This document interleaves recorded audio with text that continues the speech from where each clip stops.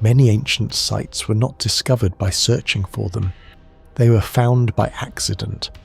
A farmer digging into dry ground uncovers buried stone walls. A storm exposes hidden ruins after centuries underground. Satellite scans reveal geometric patterns beneath dense jungle where no city was supposed to exist. Again and again, the ancient world reappears in places people had already stopped questioning, and each discovery creates the same unsettling possibility. If entire temples, cities, and tunnel systems can remain hidden for thousands of years, then how much of human history is still missing? Because the ancient world we know today may not be the full picture, it may only be the parts that time failed to erase completely.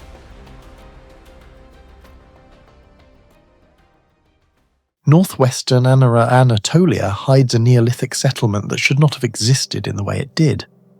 Beneath layers of soil older than Stonehenge by nearly 4,000 years, the people of Akhtopraklik-Hoyuk appear to have mastered moisture control, structural engineering, thermal regulation, and organized urban planning around 8,500 years ago. Some of the construction principles discovered there resemble techniques later used in Roman foundations and Middle Eastern passive cooling systems, despite being separated by millennia. The site was systematically excavated during the 2000s ahead of modern development projects near Bursa in northwestern Turkey. Archaeologists uncovered multiple habitation layers dating roughly between 6,500 and 5,800 BC, including houses, burials, workshops, and unusually advanced floor systems preserved beneath compacted soil. What initially appeared to be a simple farming village soon became one of the strangest engineering puzzles of the Neolithic world. Most early Neolithic settlements expanded chaotically. Houses were added wherever space existed, creating dense and irregular clusters, and sites such as early Çatalhöyük often grew organically with little evidence of geometric planning. Akhtopraklik-Hoyuk was different. Several houses were aligned along surprisingly consistent orientations, while distances between structures remained relatively uniform and pathways appeared intentionally preserved across generations. Archaeologists noticed repeated architectural patterns that implied some form of communal planning rather than random expansion. This is difficult to explain because no evidence of formal measurement tools has ever been found there. Yet maintaining architectural consistency over centuries would have required some type of standardized spatial understanding. Even small deviations repeated across generations should have produced disorder, but parts of the settlement retained a striking structural rhythm. Some researchers compare this phenomenon to the proto-urban organization later seen in Jericho or Halaf settlements in Mesopotamia, even though Akhtopraklik-Hoyuk predates many of them. The mystery is not that these people built houses. The mystery is that they seem to understand settlement management thousands of years before cities officially existed. The most disturbing discovery at Akhtopraklik-Hoyuk may be hidden beneath the houses themselves. Excavations revealed that many floors were not made from simple packed dirt. Instead, builders created layered systems composed of compacted clay, ash deposits, fine-burned material, and small stones or gravel placed beneath living surfaces. At first, archaeologists believed these layers were accidental accumulations caused by repeated rebuilding over centuries, but later analysis suggested otherwise. The layers were intentional. This matters because the Bursa region experiences significantly higher humidity and groundwater exposure than the dry central Anatolian plateau. In humid environments, primitive mud floors normally crack, absorb moisture, develop mold, and structurally fail within relatively short periods. Yet many floor surfaces at Akhtopraklik-Hoyuk remained remarkably stable. The engineering principles behind them appear surprisingly sophisticated. The gravel layers likely improved drainage by reducing capillary water rise from the ground, while the ash layers may have functioned as moisture absorbers that simultaneously stabilize the clay. Burned organic material can also reduce microbial growth and improve resistance to humidity-related decay. In modern civil engineering, similar principles are still used in subfloor drainage systems and moisture barriers.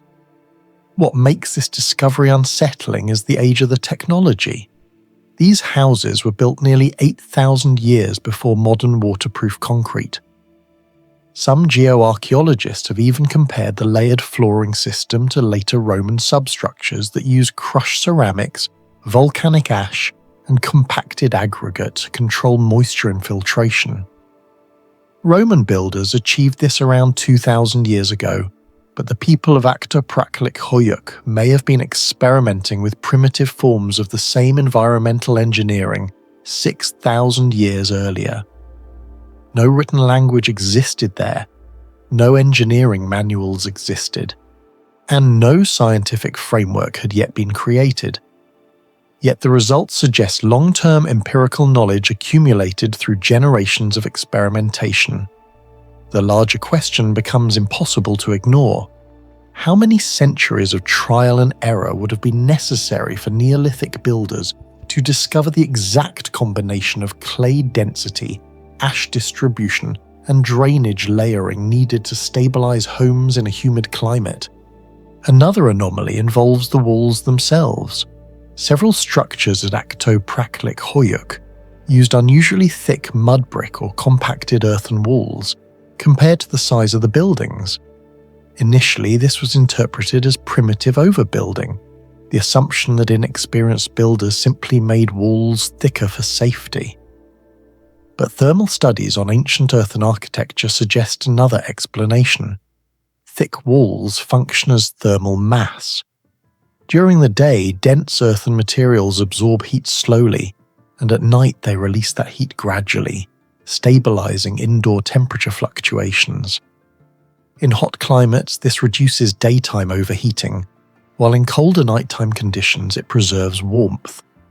This principle is nearly identical to passive climate engineering later used in Persian desert architecture, North African kasbahs, and even modern sustainable housing systems. Some entrances and internal hearth positions at the site also appear aligned with prevailing local wind directions. If intentional, this suggests the builders understood natural airflow circulation for smoke ventilation and temperature management. That level of environmental adaptation is extraordinary for a settlement this old, especially because similar passive cooling strategies would later define advanced civilizations thousands of years afterward. The walls contained another mystery. Microscopic analysis revealed traces of plant fibers, straw fragments, and organic inclusions deliberately mixed into mud construction materials. This was not random debris, it was engineered reinforcement. Adding fibrous material into clay reduces shrinkage cracking during drying and improves tensile resistance, and the same principle survives today in adobe architecture and fiber-reinforced composite materials. The strange part is the consistency. Multiple buildings showed similar mixtures and similar ratios of organic tempering, suggesting builders already understood which combinations produce stronger and longer-lasting walls. In effect, they were practicing primitive materials engineering long before metallurgy, formal mathematics, or recorded architecture even existed. Not all buildings at Archaeological serve the same purpose. Archaeologists identified areas containing concentrated stone tools, bone-working debris, dense ash accumulations, and hardened work surfaces distinct from ordinary domestic houses. This suggests the settlement already possessed forms of spatial specialization, including living zones, production zones, craft activity areas, and possibly communal or ritual spaces. That level of organization is highly unusual for a Neolithic farming village. Most early settlements of similar age show less functional separation. but Praklik Hoyuk appears to have operated with a structured social logic closer to proto-urban communities. If true, then this site represents more than survival, it represents systems thinking. The dead were often buried beneath house floors, a practice known from other Anatolian Neolithic sites, but at Praklik Hoyuk burial distribution appears uneven. Some houses contained multiple generations of burials, while others contained none at all, and a few individuals were buried with unusual objects or in more deliberate positions. This may indicate the emergence of social hierarchy. If so, then the settlement was not merely an egalitarian farming community, but a society already developing social differentiation centuries before the rise of the first recognized cities. That possibility changes how archaeologists interpret the Neolithic transition entirely. Do you think the people of Praklik Hoyuk developed this engineering knowledge entirely on their own, or could traces of a forgotten prehistoric tradition have survived far longer than we realize? Share your thoughts in the comments below. West of the Nile in modern Luxor, Egypt, Valley of the Artisans looks insignificant from a distance. But beneath this desert settlement lies one of the strangest technological mysteries of the ancient world, a village where ordinary workers may have possessed engineering knowledge centuries ahead of their time. The site, also known as Deir el-Medina, was systematically excavated during the late 19th and early 20th centuries by archaeologists including Ernesto Schiaparelli and Bernard Bruyère. What they uncovered was astonishing. Thousands of tools, sketches, medical records, pay logs, architectural plans, and underground tombs belonging not to kings, but to the craftsmen who built the royal tombs of the New Kingdom between roughly 1550 and 1070 BCE. The deeper archaeologists explored, the more impossible the site seemed. Most ancient labour settlements discovered across the world were temporary, chaotic, and poorly organised. Deir el-Medina was the complete opposite. The village was planned with geometric precision, with houses aligned in organised rows and workers divided into specialised construction teams. Written records reveal fixed salaries paid in grain, beer, fish and oil, while surviving papyri describe medical leave systems, legal disputes, and even what many historians consider the first recorded labour strike in history during the reign of Ramesses III around 1155 BCE.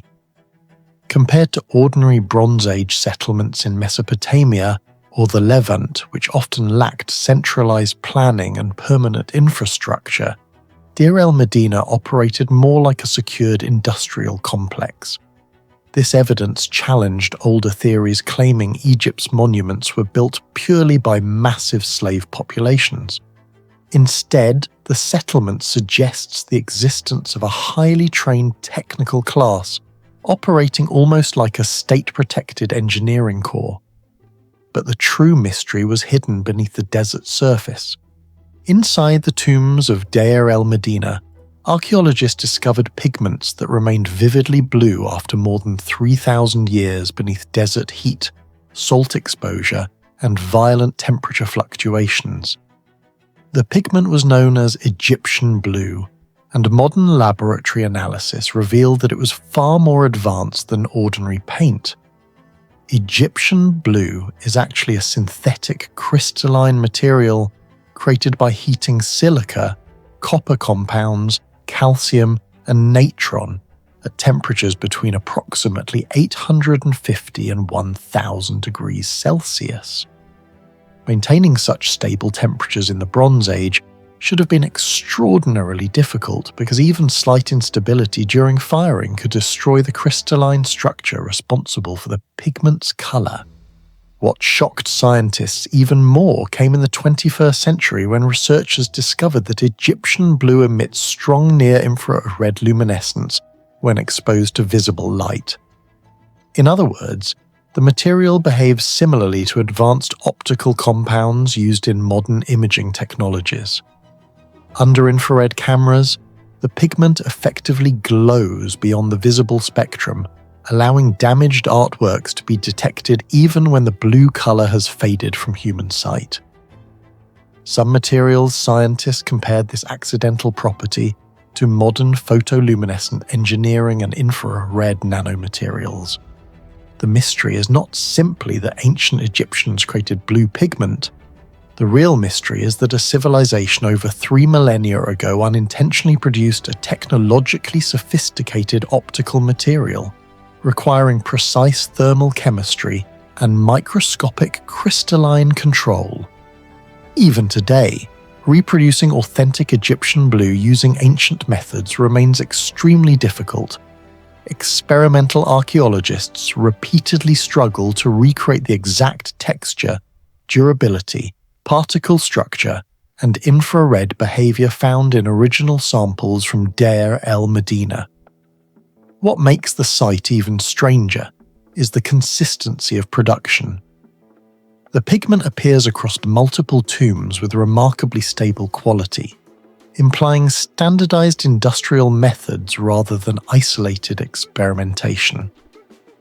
Compared to most ancient pigments, which faded rapidly under moisture or sunlight, Egyptian blue survived for millennia with unusual chemical stability. This suggests that the artisans of Deir el-Medina may have possessed specialized material knowledge that effectively disappeared after the decline of ancient Egypt.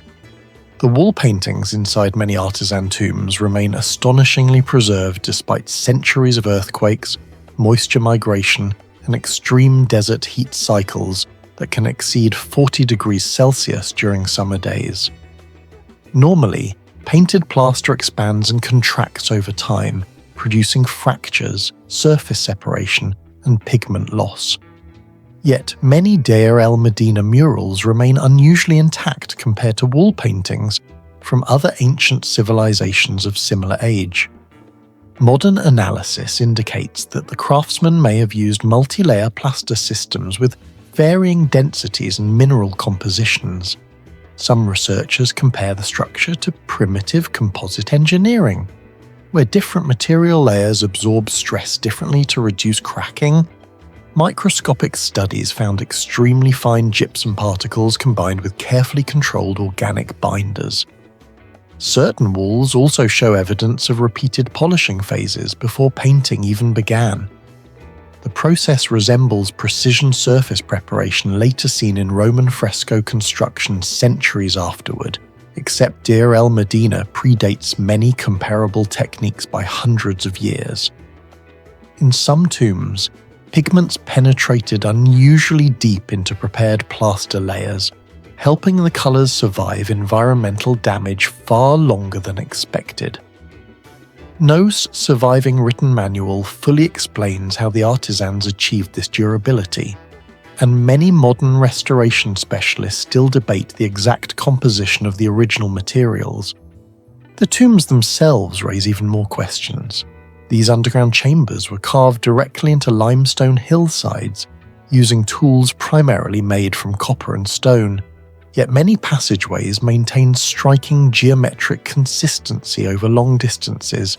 Some chambers display alignment errors of only a few centimeters across several meters of excavation. Archaeologists discovered red guideline markings and mathematical grid systems on unfinished walls, proving the workers used advanced planning methods rather than improvisation. The proportional systems used in some tomb artwork were so accurate that researchers compared them to later Greek geometric standards.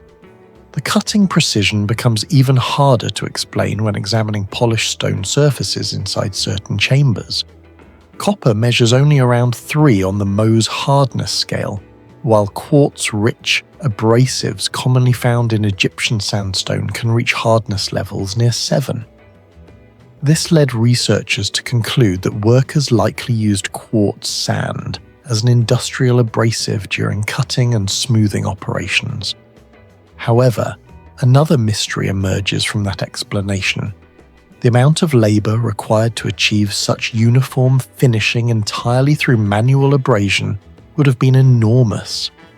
Some surfaces appear far smoother than expected for known Bronze Age methods. Compared to rougher tomb interiors found in many other ancient cultures, the finishing quality at Deir el-Medina appears unusually controlled and systematic. To this day, debates continue over whether lost polishing techniques once existed within specialized Egyptian craft guilds. One of the oldest mysteries surrounding Egyptian underground construction also appears at Deir el-Medina. How did workers illuminate deep tomb corridors without covering ceilings in soot? Traditional explanations claim they used low-smoke oil lamps combined with polished copper reflectors, and some experiments demonstrate that this method is theoretically possible in small spaces.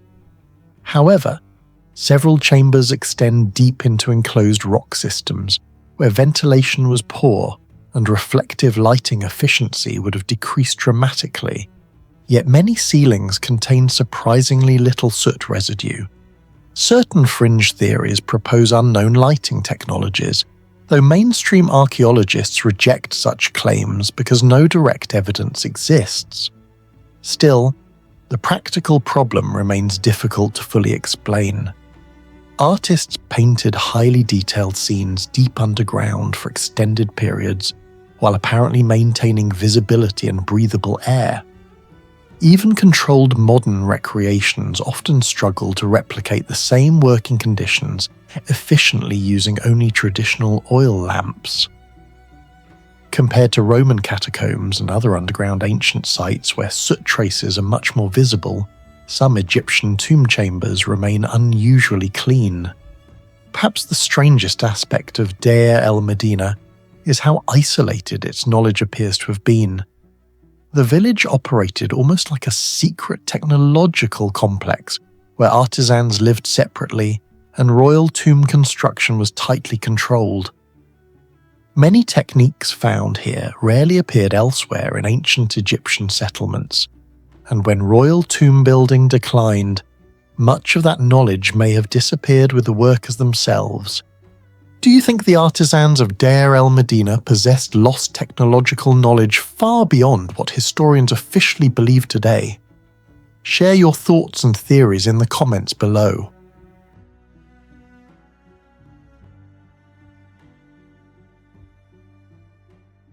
Located within the volcanic plains of Cappadocia in central Turkey, archaeologists uncovered a settlement older than Stonehenge, older than the pyramids, and nearly as old as the first permanent human communities on Earth. Known today as Asikli Hoyuk, this 10,000-year-old settlement contains evidence of urban planning, advanced obsidian engineering, organized architecture, and one of the oldest possible brain surgeries ever discovered. The deeper researchers excavated, the less this place resembled a primitive village, and the more it looked like the beginning of civilization itself. The site was first identified during archaeological surveys in the 1960s around the Melendez River basin, but large-scale excavations officially began in 1989 under Turkish archaeologist Ufuk Esin from Istanbul University. At first, researchers believed Asikli Hoyuk was simply another Neolithic mound buried beneath the Cappadocian soil. Instead, excavation layers revealed more than 400 interconnected mud brick buildings constructed across centuries of rebuilding. Radiocarbon dating pushed the settlement back to approximately 8,207,400 BC, making it one of the oldest known large-scale sedentary communities in Anatolia. Long before urban centers like Çatalhöyük emerged, Asikli Hoyuk was already experimenting with architecture, specialized labor, organized living spaces, and technological systems that should not have existed so early in human history. One of the most baffling mysteries surrounding Asikli Hoyuk is the survival of its mud brick architecture for more than 10,000 years in an environment exposed to severe seasonal temperature shifts. The settlement was built almost entirely from sun-dried mud brick reinforced with straw, ash, and organic material. Under normal conditions, structures like these deteriorate rapidly due to erosion, moisture expansion, and thermal cracking. Yet many walls at Archaeological remained structurally recognizable after millennia underground. Archaeologists discovered that the inhabitants repeatedly rebuilt homes directly on top of previous structures, eventually creating an archaeological mound nearly 16 meters high. What stunned researchers was the consistency of the engineering across generations. Wall thickness, room proportions, and structural alignment remained remarkably stable for centuries, suggesting that builders understood balance, weight distribution, and foundational reinforcement far earlier than expected for Neolithic societies. Microscopic analysis of the bricks revealed carefully controlled mixtures of clay, plant fibers, and ash, with some samples showing signs of moisture regulation before drying. A process comparable in principle to curing techniques used in modern earthen architecture. Compared with many later Neolithic settlements, where construction quality fluctuated wildly between generations, Archaeological maintained extraordinary architectural uniformity. This level of standardization implies organized knowledge transfer and possibly even specialized builders within the community. For a society that had not yet developed metal tools, the precision appears disturbingly advanced. The most shocking discovery at Archaeological came from a human skull excavated during the 1990s. The remains belong to a young woman estimated to be between 20 and 25 years old. Her skull contained a circular opening with unmistakable evidence of deliberate cutting rather than accidental trauma. Even more astonishing, surrounding bone tissue showed partial healing, strongly suggesting that she survived the procedure for at least several days or possibly weeks afterward. Modern archaeologists classify the operation as a form of trepanation, an ancient cranial surgery involving drilling, scraping, or cutting into the skull. Similar procedures have been discovered in later cultures from ancient Peru to Bronze Age Europe. But the Archaeological example may rank among the earliest ever identified anywhere in the world. The implications are extraordinary. To perform such a procedure, Neolithic people would have required some understanding of human anatomy, knowledge of where to cut without instantly killing the patient, methods of restraining or possibly sedating the individual, sharp enough surgical instruments, and some form of wound treatment afterward. The answer may lie in the thousands of obsidian blades uncovered throughout the settlement. Obsidian fractures at a molecular level sharper than modern surgical steel, and experimental medical studies have shown that obsidian scalpels can create incisions finer than stainless steel blades because their cutting edges can measure only a few nanometers thick. Archaeologists at Archaeological uncovered expertly crafted obsidian tools so symmetrical and refined that some researchers compared them to precision instruments rather than primitive stone tools. This raises an uncomfortable possibility. The inhabitants of Archaeological may have possessed a basic but functional understanding of surgery more than 10,000 years ago. The mystery becomes even darker because the woman's skull also showed evidence of severe infection before the operation.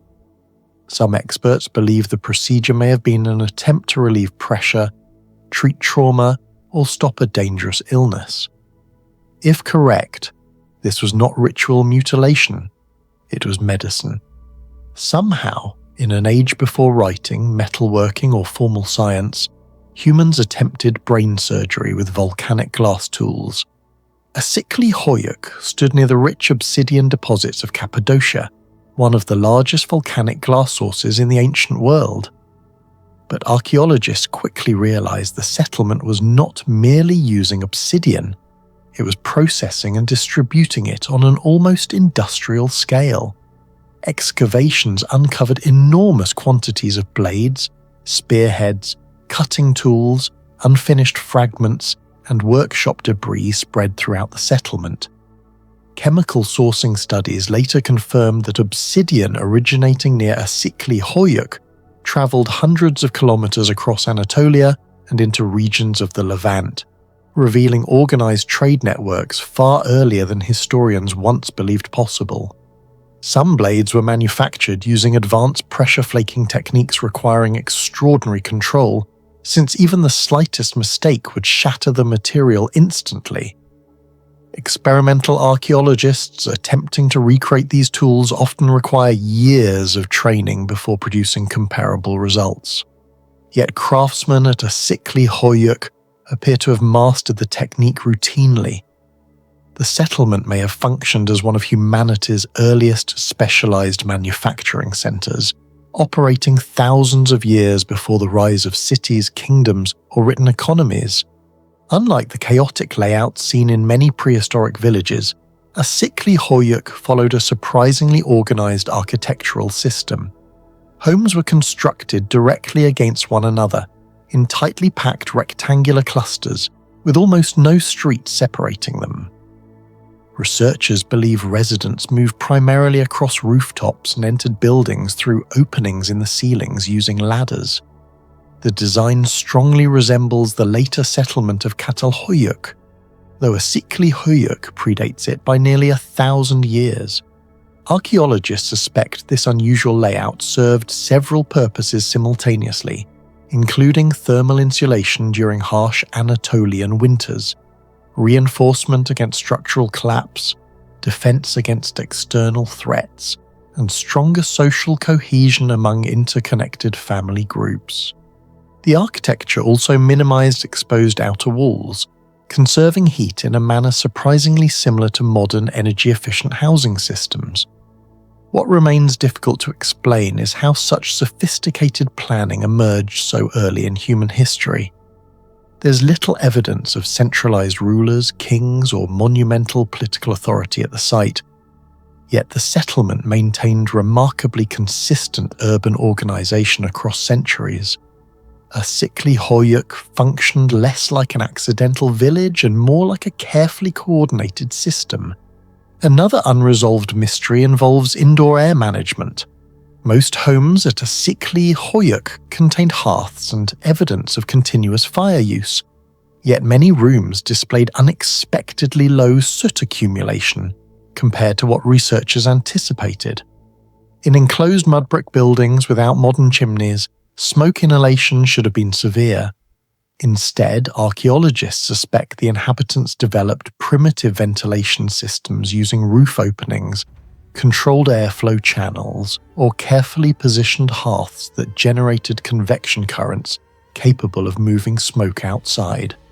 Experimental reconstructions of the building suggest some houses could regulate indoor smoke more efficiently than certain medieval European structures built thousands of years later.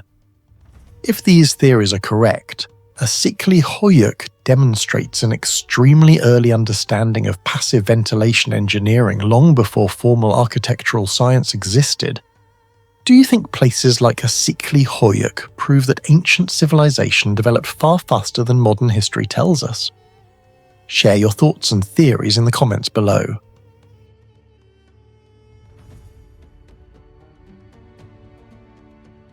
The Aegean coastline near modern-day Sesme hides the ruins of an ancient Bronze Age settlement now known as Sesme Baglararasi, a place suddenly erased by a catastrophe so violent that entire buildings collapsed beneath walls of seawater, volcanic ash, and marine debris. Yet the deeper archaeologists excavated, the more disturbing the site became. Beneath the destruction layers were signs that these people may have understood the sea, engineering, and long-distance navigation far better than history officially allows. The site was systematically excavated beginning in the early 2000s by Turkish archaeologists led by Vasif Sahoglu from Ankara University.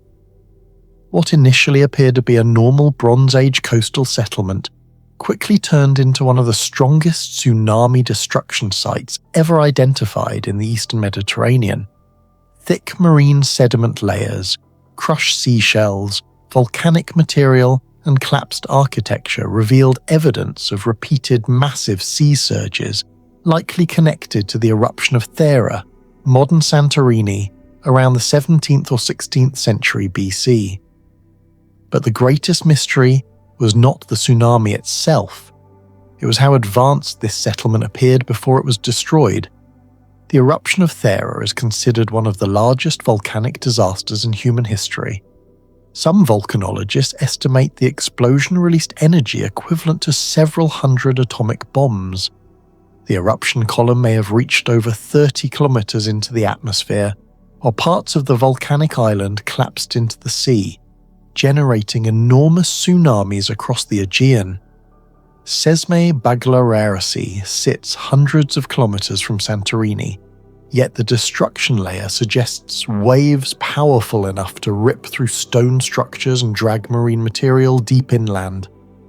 Geological analysis found broken marine shells, underwater microorganisms, volcanic ash particles, rounded coastal stones transported inland, and chaotic debris deposits consistent with tsunami backwash. What shocked researchers was that the settlement may have been hit multiple times. Sediment studies suggest not one wave, but a sequence of destructive surges arriving over time. Some tsunami models estimate wave heights. Along parts of the Anatolian coast may have exceeded 10 meters, while other reconstructions suggest localized amplification could have produced even larger impacts depending on coastal geometry. Compared to ordinary storm flooding, the force required to create these deposits was extreme. In modern comparisons, scientists have likened the energy distribution to parts of the 2004 Indian Ocean tsunami, though on a smaller regional scale. Yet some structures at Sesme did not completely collapse, and that is where the mystery truly begins. The most unsettling aspect of Sesme Baglararasi is the evidence that its inhabitants were deeply connected to a massive maritime network operating across the Bronze Age Aegean, long before advanced navigation instruments officially existed. Archaeologists uncovered imported ceramics and trade materials linked to Minoan Crete, the Cycladic Islands, Western Anatolia, and mainland Greece.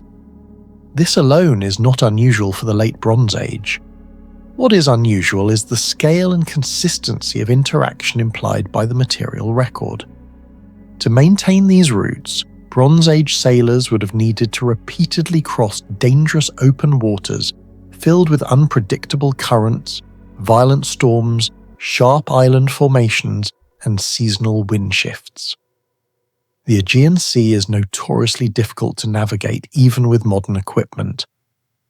During the summer, the Meltemi winds can exceed 50 kilometers per hour and generate dangerous wave systems capable of destroying small vessels. Yet these ancient sailors maintained stable trade systems for centuries. No magnetic compass existed. No accurate longitude system existed. No surviving maps from the period explain their navigation methods, and almost all wooden ships from the era have long decayed away.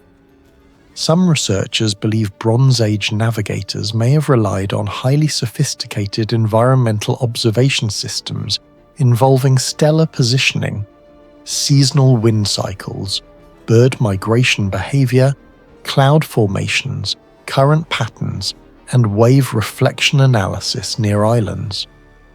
Experimental archaeologists have demonstrated that primitive vessels can cross large distances using only celestial navigation and environmental memory. However, maintaining an entire interconnected maritime economy across hundreds of kilometers would require astonishing precision and accumulated knowledge. Even more mysterious is the possibility that these societies understood the sea as a long-term environmental threat. Several architectural remains at Sesme show signs of unusual structural planning. Unlike rigid fortress systems seen in parts of Mycenaean Greece, some walls here appear layered with smaller stones and flexible, fill material capable of absorbing lateral force. Certain gaps between structural components may have helped dissipate hydraulic pressure during flooding events. Modern engineers sometimes compare similar concepts to flexible seismic foundations or pressure release systems designed for earthquakes and water impacts. There is no proof Bronze Age builders understood hydrodynamics scientifically, but the survival patterns of certain structures raise uncomfortable questions. Were these people adapting to repeated coastal disasters over generations? If so, this would mean Bronze Age civilizations along the Aegean were not primitive coastal villages blindly vulnerable to nature. They may have been experienced maritime societies developing practical engineering knowledge through centuries of survival. And if they truly possessed that level of accumulated oceanic knowledge, then much of their technology vanished completely after the collapse of the Bronze Age world around 1200 BC. One of the most puzzling discoveries at Chesme Baglararasi is the surprisingly small number of bodies found relative to the scale of destruction. Entire sections of the settlement were devastated, yet archaeologists did not uncover mass casualty evidence comparable to sites like Pompeii. This has produced a controversial theory. Some researchers believe the inhabitants may have recognized warning signs before the tsunami arrived. Modern tsunami science shows that massive waves are often preceded by sudden sea withdrawal, unusual animal behavior, or seismic activity. If Bronze Age coastal communities experienced repeated maritime disasters over centuries, they may have developed oral survival traditions capable of triggering evacuation responses. In other words, they may have known what was coming. That possibility transforms the disaster from a random catastrophe into evidence of inherited environmental intelligence. Chesme Baglararasi is also important because it sits directly inside one of archaeology's greatest dating controversies. The eruption of Thera has two competing timelines. Around 1628 BC based on radiocarbon dating and tree ring anomalies, and around 1500 BC based on traditional Egyptian chronology. That discrepancy of more than a century affects the entire synchronization of Bronze Age Mediterranean history. If the earlier date is correct, major timelines involving Minoan civilization, Mycenaean Greece, and New Kingdom Egypt may need partial revision. Volcanic ash layers found at Sesme are therefore incredibly valuable because they provide another reference point for reconstructing the chronology of one of history's most important disasters. Very few archaeological sites preserve this level of direct environmental evidence. Another remarkable aspect of the site is the preservation quality. The tsunami buried parts of the settlement beneath oxygen-poor marine sediment mixed with volcanic material. This created conditions similar to a sealed capsule, allowing organic traces that normally decay rapidly to survive far longer than expected. Researchers recovered carbonized wood fragments, seeds, plant remains, burned materials, household debris, floor surfaces, and structural impressions. Some archaeologists informally compare the preservation environment to a submerged version of Pompeii, though formed through water and sediment instead of volcanic ash alone. These preserved layers allow scientists to reconstruct not only destruction patterns, but also daily life before the catastrophe. And the reconstruction suggests something unsettling. This settlement was not isolated. It belonged to a sophisticated maritime world that was suddenly shattered. Do you think the Bronze Age civilizations of the Aegean were far more advanced than history officially tells us?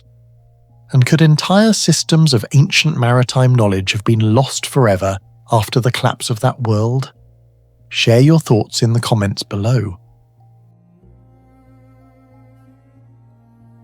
Western Egypt's Sahara, about 100 kilometers southwest of Cairo, contains a place that should not exist.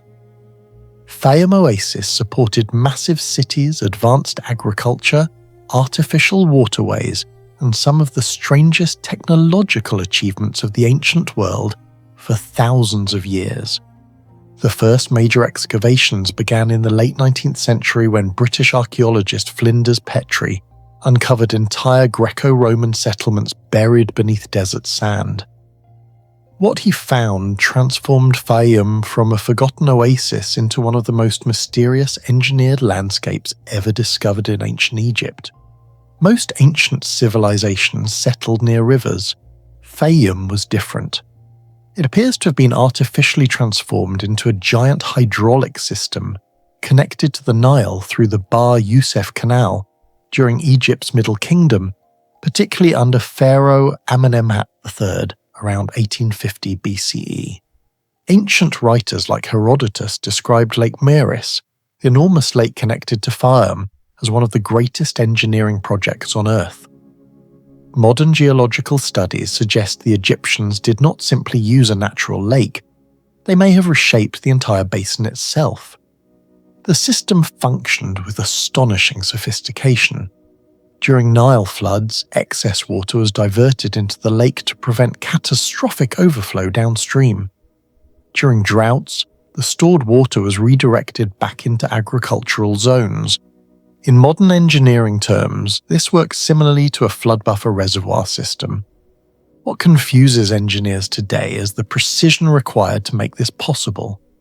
The Bar Youssef Canal stretches for dozens of kilometers across nearly flat terrain. Even tiny errors in gradient would have caused stagnation or destructive flooding.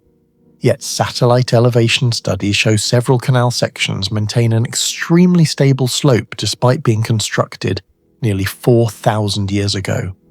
For comparison, Mesopotamian irrigation systems frequently failed because of poor water control and salinization. Fayum, however, remained agriculturally productive for centuries longer than many comparable ancient irrigation regions. Some researchers now believe the Egyptians possessed a far deeper practical understanding of hydrology than previously assumed, not theoretical mathematics, but generations of experimental engineering knowledge passed down through specialists who understood seasonal water behavior with extraordinary accuracy. One of the greatest unsolved mysteries of Fayum is not how water entered the oasis, but how the land survived. Large-scale irrigation almost always destroys farmland over time. As water evaporates, salt accumulates in the soil. This process devastated huge portions of ancient Sumer and contributed to agricultural collapse in multiple Bronze Age civilizations. But Fayum continued functioning. Sediment analysis from the oasis shows evidence that water was repeatedly cycled in and out through carefully controlled drainage patterns. Instead of allowing stagnant mineral buildup, ancient engineers may have periodically flushed the soil to remove salt concentrations. This resembles modern soil leaching techniques used in industrial agriculture today.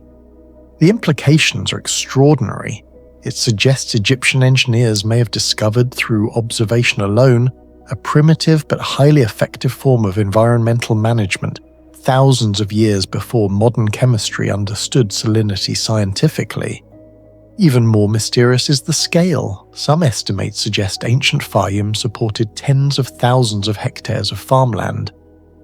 Maintaining ecological stability across an area this large would have required long-term coordination and continuous maintenance over generations. Once central authority weakened in later eras, the system gradually collapsed. Channels silted up, water distribution failed, salt balance shifted, entire settlements were abandoned beneath drifting desert sand. Near the southern edge of Fayum lies Hawara, the site of one of the most controversial lost structures of the ancient world. Greek historians claimed the Hawara labyrinth was more impressive than the pyramids themselves. Herodotus described thousands of chambers, underground corridors, massive halls, and an architectural complexity so confusing that visitors became lost inside. Today, almost nothing remains visible on the surface. But modern ground-penetrating radar surveys have detected enormous subsurface anomalies beneath the area surrounding the pyramid of Amenemhat III. Some archaeologists believe large sections of the labyrinth may still survive underground. What makes the mystery even stranger is the engineering challenge of the location itself. Hawara was built near soft, moisture-sensitive ground close to the Fayum Basin. Constructing massive stone architecture in such conditions would normally risk instability and structural collapse. Yet evidence suggests the foundations may have been specially adapted to distribute weight across unstable terrain, a concept remarkably similar to load distribution engineering used in modern construction. Some researchers compare the challenge to building near floodplains today. The possibility that Middle Kingdom architects understood aspects of soil compression and foundation stabilization remains one of the least discussed technological mysteries of ancient Egypt. Among all discoveries in Fayum, none disturb historians more than the Fayum mummy portraits. These portraits were attached to mummies during the Roman period of Egypt around the 1st to 3rd centuries CE. But unlike traditional ancient art, these faces look uncannily modern.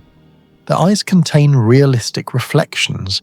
Their skin shows subtle shading. Their expressions feel alive. Many experts describe the portraits as psychologically unsettling because the individuals appear almost contemporary despite being dead for nearly 2,000 years. The real mystery, however, lies in the paint itself. Scientific analysis shows many portraits were created using encaustic painting, pigments mixed with heated beeswax and applied while still molten. This technique sounds simple in theory, but in practice it is extraordinarily difficult. Wax hardens rapidly, temperature changes create cracking, pigments separate unevenly. Maintaining stable consistency while producing highly detailed facial realism requires extreme thermal control. Yet ancient Fayum artists achieved results that many modern painters struggle to replicate, even with electric heating systems and contemporary tools. Infrared imaging and microscopic studies reveal multiple translucent wax layers fused together with remarkable smoothness. Some pigment crystals also reflect light in unusual ways, creating the illusion that the eyes are moist or moving under torchlight. Even more shocking is their preservation. Many portraits survived nearly 2 millennia in desert tombs with surprisingly limited fading. In several cases, the color saturation remains stronger than medieval paintings less than half their age. Researchers believe the beeswax may have formed a microscopic protective barrier against oxygen and moisture, but the exact thermal methods used to stabilize the wax remain poorly understood. Some historians argue the artists must have used highly controlled portable heating devices or specialized studio environments.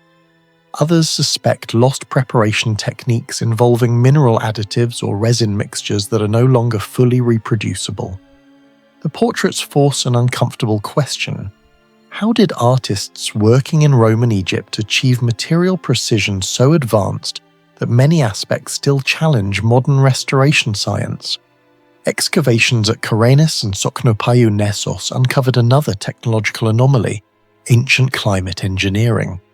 Many homes were built with thick mud brick walls, narrow corridors, elevated ventilation paths, and carefully oriented openings aligned with prevailing desert winds. Modern airflow simulations suggest some interiors may have remained several degrees cooler than the outside environment without any mechanical systems. This resembles passive cooling architecture now promoted in sustainable engineering. The strange part is the level of optimization. Certain building layouts appear intentionally designed to maximize heat delay and airflow circulation. In some cases, researchers found evidence that upper structures may have functioned similarly to primitive wind-catching systems used in later Persian desert architecture. These discoveries suggest the inhabitants of Fayum were not simply surviving the desert. They were actively engineering microclimates within it. What do you think really happened to the lost knowledge of Fayum? Was it simply forgotten over time? Or did an entire system of ancient engineering disappear with the civilization itself? Let us know your thoughts in the comments below.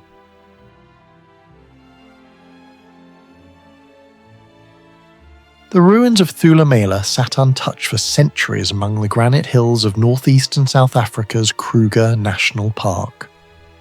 Massive dry stone walls still stand across the hilltop, surrounding what was once a powerful trading city connected to gold, international commerce, and advanced metallurgy. What makes Thulamela disturbing is not simply its age, but the fact that many of its engineering methods still cannot be fully explained. Thulamela was rediscovered in 1983 by Ranger Johann Heine while patrolling a remote section of Kruger National Park. Archaeologists later confirmed that the settlement flourished between approximately 1250 and 1700 AD, during the same era as Great Zimbabwe. Excavations during the 1990s uncovered imported Chinese porcelain from the Ming dynasty, glass beads linked to Indian Ocean trade networks, iron tools, gold ornaments, and royal burials. The findings immediately challenged older assumptions that southern African civilizations were technologically isolated before European arrival. The first unexplained feature of Thulamela is its architecture. The city was built using dry stone masonry, meaning thousands of granite rocks were stacked without mortar, cement, or binding material. Despite centuries of rain, erosion, and seasonal temperature swings exceeding 35 degrees Celsius, many walls still remain standing. Some retaining walls reach nearly 2 meters in height and curve naturally along the hilltop terrain with surprising structural stability. Archaeologists noticed that the stones were not randomly stacked.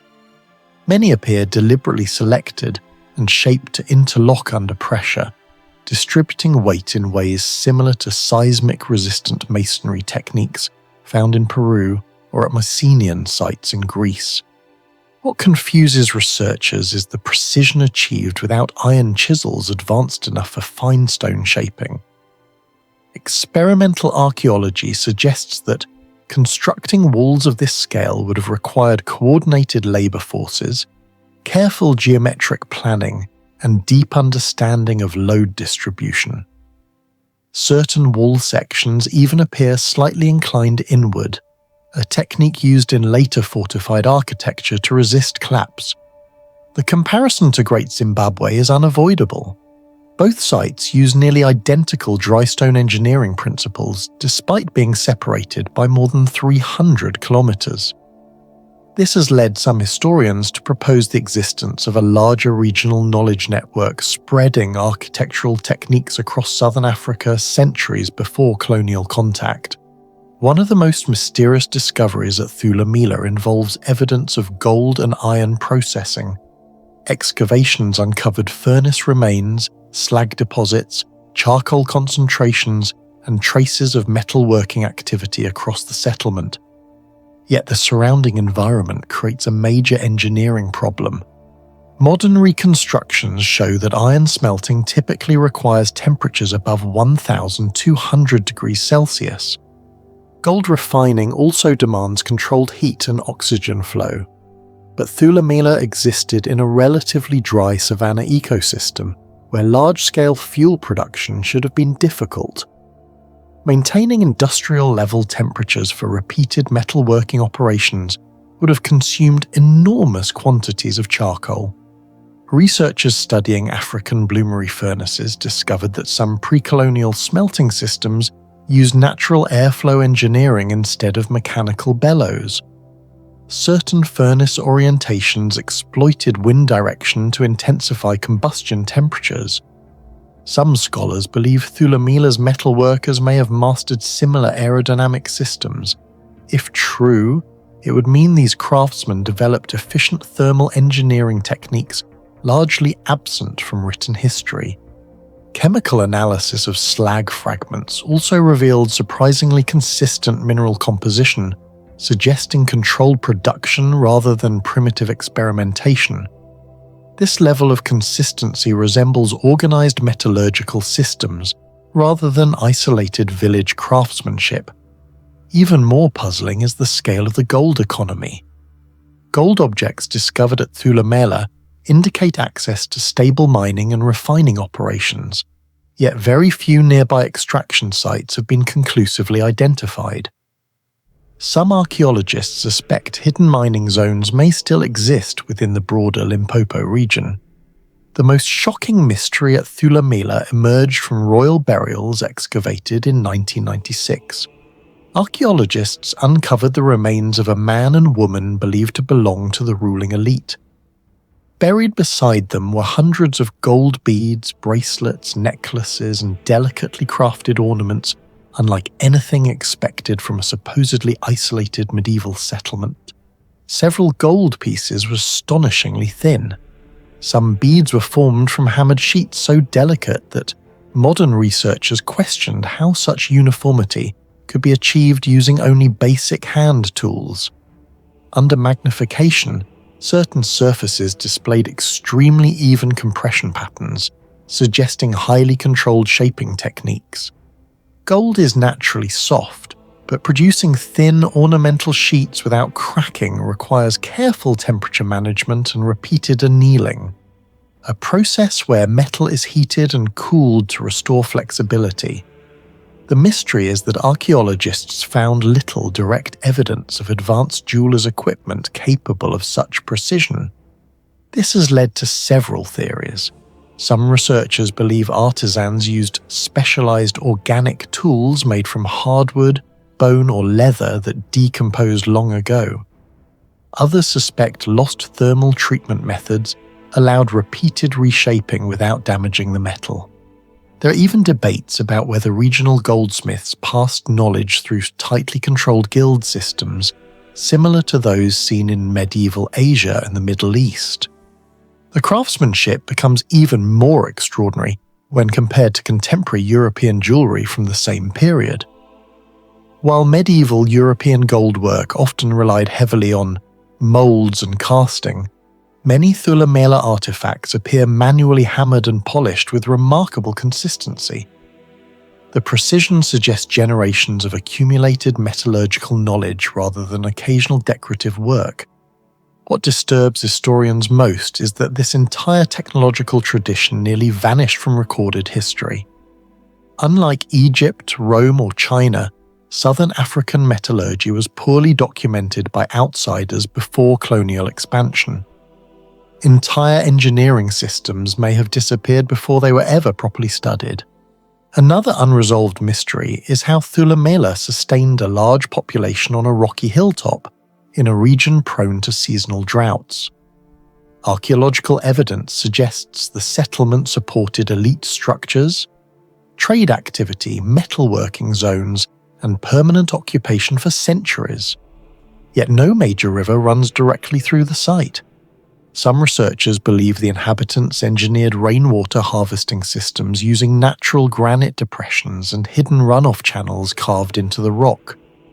Others suggest underground storage pits may once have existed but were destroyed by erosion over time. Satellite surveys around southern African archaeological sites have revealed ancient water control systems far more sophisticated than previously believed. Similar adaptations were found in parts of the Sahel, where civilizations developed seasonal retention systems capable of storing water for months. If Thulamela employed comparable methods, it would represent another example of advanced environmental engineering developed independently in Africa. The hilltop location itself may also have served climatic purposes. Elevated granite surfaces cool rapidly at night, potentially reducing heat stress while improving visibility against approaching threats. This combination of defense, trade control, and environmental adaptation suggests deliberate urban planning rather than random settlement growth. One of the most shocking discoveries at Thulamela is the evidence of international trade networks. Archaeologists found glass beads from India and Persia, along with Ming Dynasty Chinese ceramics, proving that Thulamela was connected to Indian Ocean trade routes centuries before Europeans moved deep into the region. These trade routes may have linked Thulamela to coastal ports near present-day Mozambique through Swahili merchants. This shows the settlement was not isolated, but a highly organized economic center controlling resources, labor, and large-scale gold trade. What do you think really caused the disappearance of Thulamela? drought, collapsing trade routes, or something historians still haven't discovered? Share your thoughts in the comments below.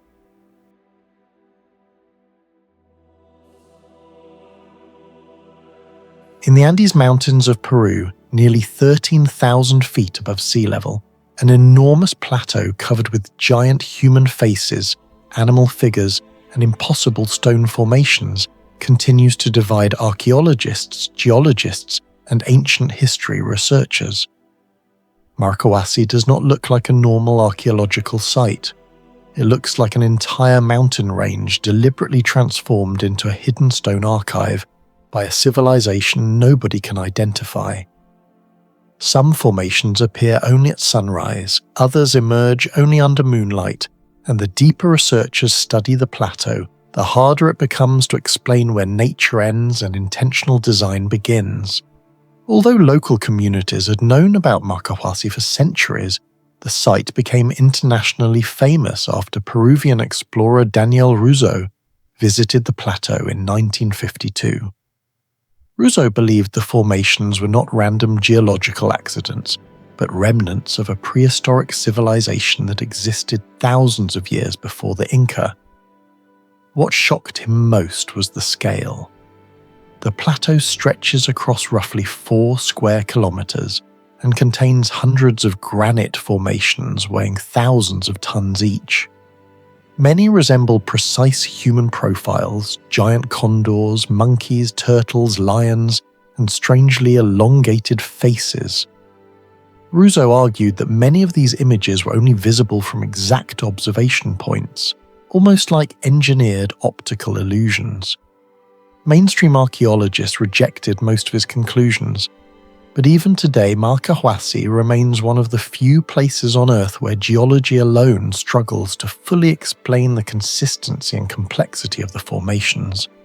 The most disturbing theory surrounding Marcohasi is the idea that the plateau was designed as a gigantic stone library, a monumental archive encoded directly into the landscape itself. Daniel Russo proposed that the site functioned as a prehistoric knowledge preservation system. According to his interpretation, the formations were not simply statues, but markers connected to astronomy, seasonal cycles, and possibly forgotten historical events. The theory sounds extreme, until researchers began comparing Marcohasi to ancient astronomical complexes around the world. At Stonehenge, the stones align with solstice sunrise positions with remarkable precision. At Chankilo, a 2,300-year-old desert observatory tracks the sun across the horizon using 13 towers. At Nabta Playa, prehistoric stone circles appear aligned to celestial events thousands of years before the pyramids. Marcohasi may be even stranger because the observatory is integrated directly into natural mountain terrain rather than constructed as separate monuments. Several formations cast unusual shadows during equinoxes and solstices. Certain profiles become visible only when sunlight strikes at low seasonal angles, while others appear complete only during sunrise or sunset in specific months of the year. This has led some researchers to suspect that the plateau may have been intentionally modified to interact with light itself.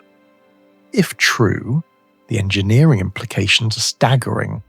To create optical formations visible only from specific viewpoints, ancient builders would have needed an advanced understanding of perspective geometry, long-distance surveying methods, knowledge of seasonal solar movement, and precise control over massive granite surfaces. Modern optical illusion art, known as anamorphic projection, requires calculated viewing angles and spatial mathematics, yet Marcohasi may contain mountain-scale examples created centuries or even millennia before formal geometry existed in the Andes. Even more mysterious is the recurring appearance of multi-faced stones. Some formations transform into entirely different faces depending on the observer's location or the angle of sunlight. This phenomenon resembles modern image morphing techniques more than primitive rock carving. Skeptics argue this is simply pareidolia, the psychological tendency for humans to see faces in random patterns, but researchers counter that the probability of hundreds of coherent anthropomorphic shapes emerging naturally across a concentrated plateau is statistically difficult to dismiss entirely. Granite erosion normally produces fractures, rounded edges, and irregular weathering patterns. Marcahuasi, however, contains formations with unusually symmetrical eye cavities, jawlines, forehead contours, and proportional facial geometry. Some appear almost mathematically balanced. What deepens the mystery further is the absence of transitional evidence. Archaeologists have found no clear workshops, unfinished sculptures, or large tool deposits capable of explaining landscape-scale stone modification. It is as if the mountain itself became the monument.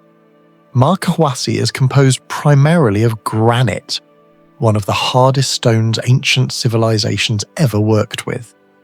Granite ranks around 6 to 7 on the Mohs hardness scale, meaning it is significantly harder than bronze tools traditionally associated with early Andean cultures. This creates a major technological problem. Some formations display smooth curvature and apparent shaping across surfaces dozens of feet high. Creating such features intentionally would require enormous labor and remarkable precision, especially at an altitude exceeding 4,000 meters, where oxygen levels are roughly 40% lower than at sea level. Researchers often compare this mystery to the polygonal stone walls of Sacsayhuaman, the megalithic blocks of Ollantaytambo, and the statues of Rapa Nui National Park. But Marcahuasi differs in one critical way. Most of its structures remain fused directly into the mountain itself. This makes it nearly impossible to determine whether humans carved the formations or selectively modified naturally existing rock shapes. Some surfaces even appear partially melted or softened, leading fringe researchers to propose theories involving thermal treatment or lost mineral technologies. No scientific evidence confirms these theories, yet no universally accepted explanation fully accounts for the site either.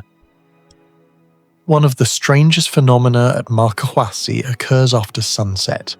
Many formations that appear meaningless during daylight suddenly transform into recognizable faces under moonlight or low-angle illumination.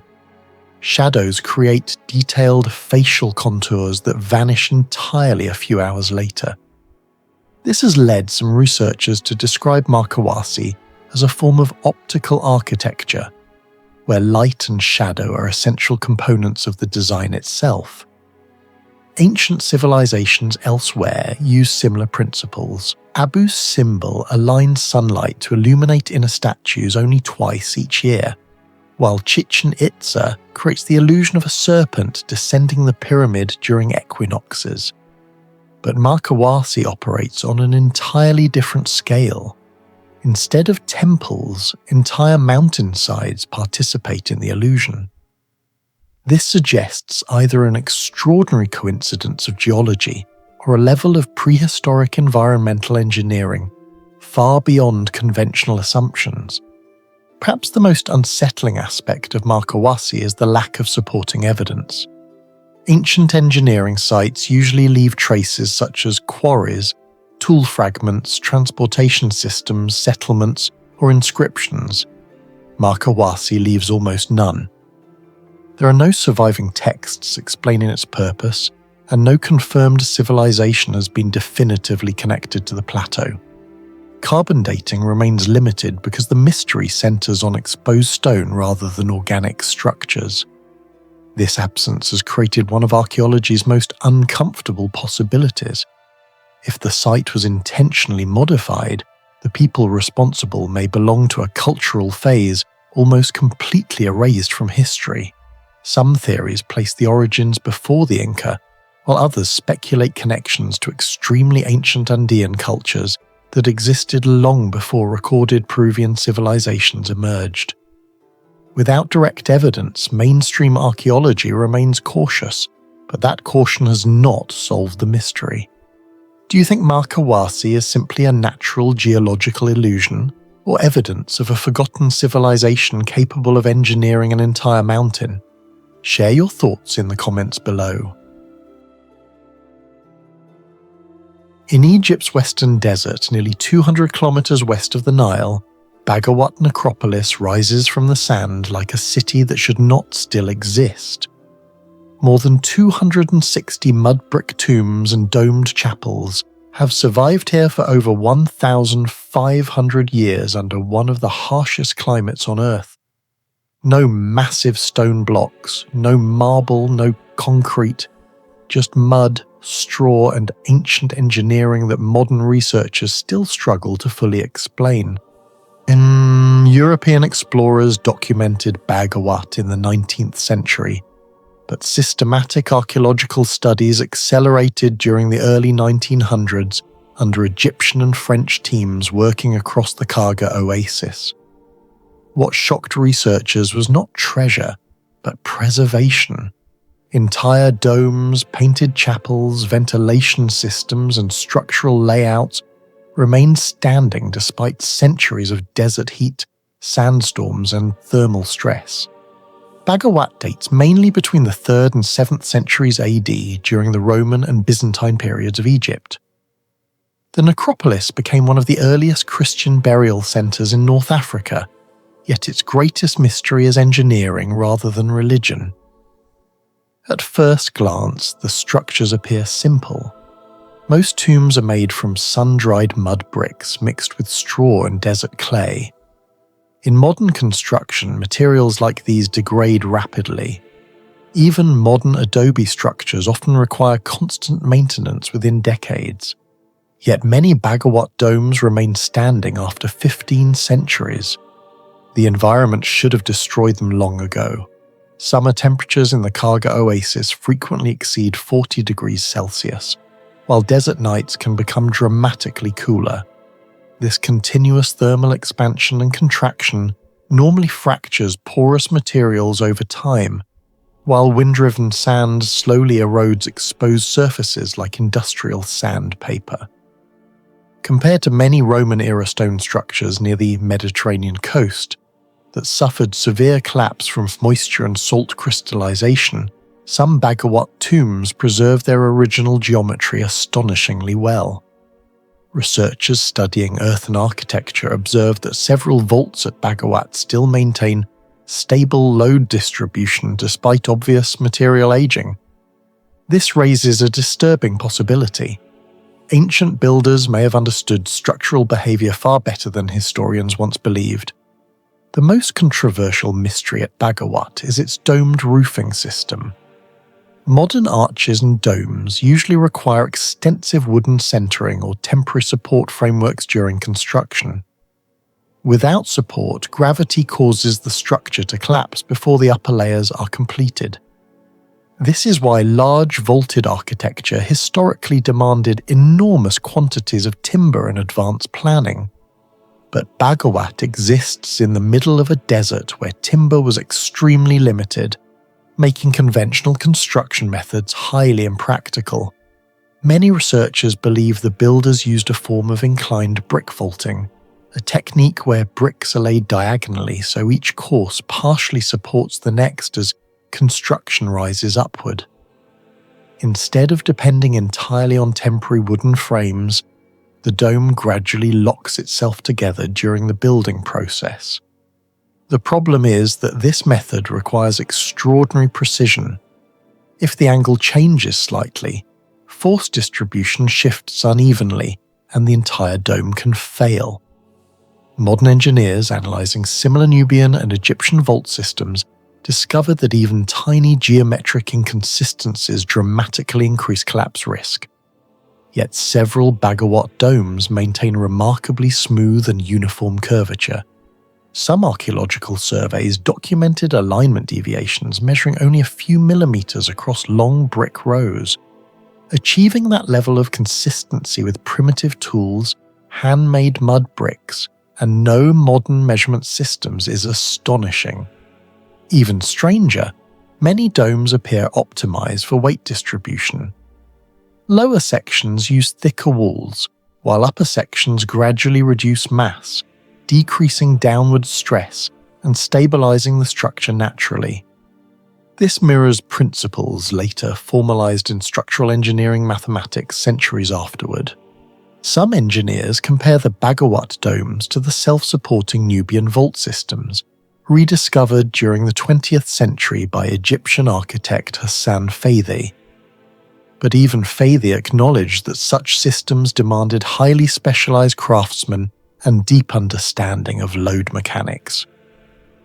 The real mystery is not simply that Bhagawat builders created domes. The mystery is that they created them repeatedly, consistently, and in isolation, using fragile materials in one of the harshest environments on Earth with almost no margin for error. Mud brick sounds primitive, but the bricks at Bhagawat behave differently from ordinary adobe. Laboratory studies on ancient Egyptian mud bricks from Western desert sites revealed unusually dense internal bonding between clay particles and organic fibers. Tiny straw fragments embedded inside the material function almost like microscopic reinforcement rods, helping prevent crack propagation throughout the structure. Some samples also reveal carefully balanced ratios of fine sand, clay, and evaporite minerals naturally present in oasis environments. These minerals may have improved hardness and resistance to moisture fluctuation. What confuses researchers most is durability. Under normal conditions, untreated mud brick slowly disintegrates through erosion and salt damage. Yet some Bhagawat walls remained structurally intact longer than certain medieval European stone buildings. In several tombs, erosion penetrated only outer surface layers while interior cores stayed compact and stable. This suggests the builders may have intentionally engineered layered density within the bricks themselves. Modern conservationists attempting to reproduce similar materials often fail to match the same long-term resistance under comparable environmental simulations. In other words, ancient craftsmen using simple organic materials may have accidentally or intentionally created a highly optimized composite building material. Another unexplained feature is thermal regulation. Many Bhagawat tomb interiors remain noticeably cooler than the surrounding desert environment, especially during peak daytime heat, when outside temperatures become extreme. The structures appear designed to manipulate airflow naturally through architectural geometry rather than mechanical systems. Narrow entrances reduce direct heat penetration, curved ceilings encourage rising hot air circulation, and thick mud brick walls act as thermal mass, absorbing heat slowly during the day before releasing it gradually at night. Today, architects call this passive cooling, yet Bhagawat builders implemented similar principles more than 1,000 years before modern climate engineering existed.